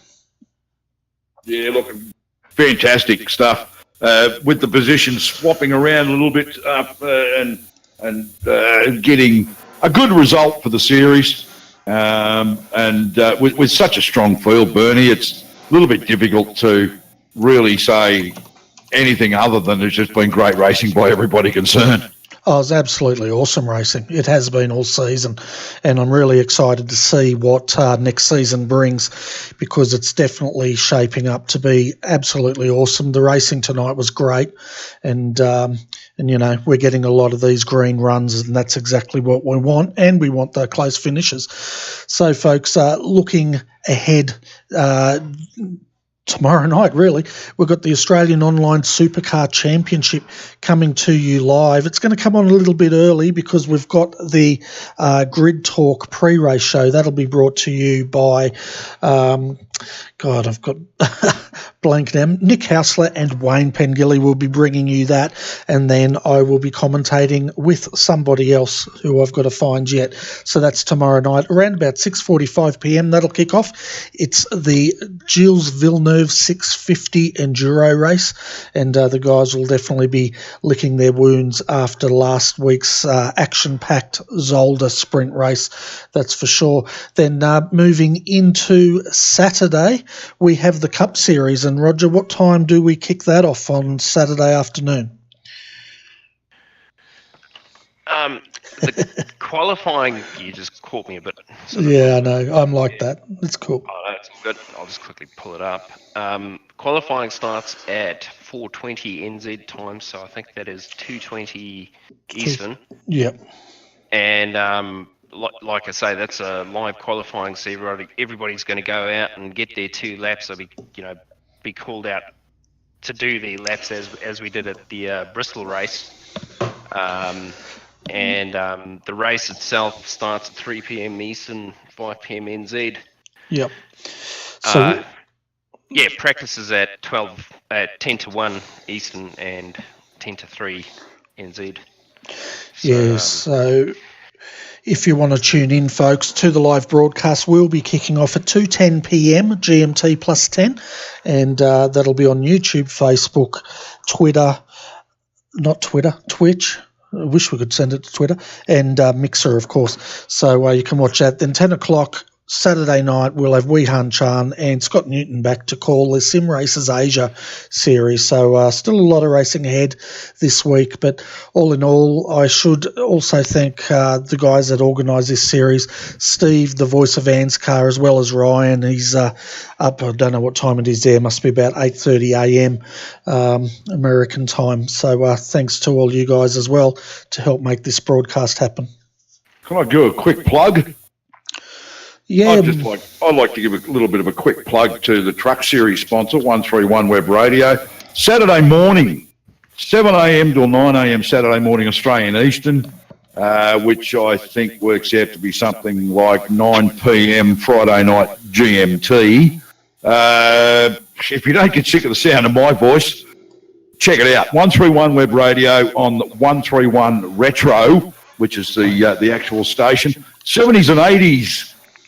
Disco 12-inch mixes for 2 hours, and you'll have me blurbing on about it in between. So if you don't get sick of the sound of my voice, check that out if you're awake between 7 and 9 on a Saturday morning. I'm going to tune into that. That's going to be absolutely awesome, Steve. But anyway, folks, thanks to everyone who turned up tonight to watch the final round. Hope you have enjoyed our telecast. Very special thanks also to Steve Hoppett and Ryan Shelton for calling tonight's race. But on behalf of Roger, Edward Foster, we've got Ryan Shelton here. Steve Quasi Hobbit is in the room. Daniel G. Thanks, everybody. We'll catch up with you soon. Good night. Yeah, thank you, Benny.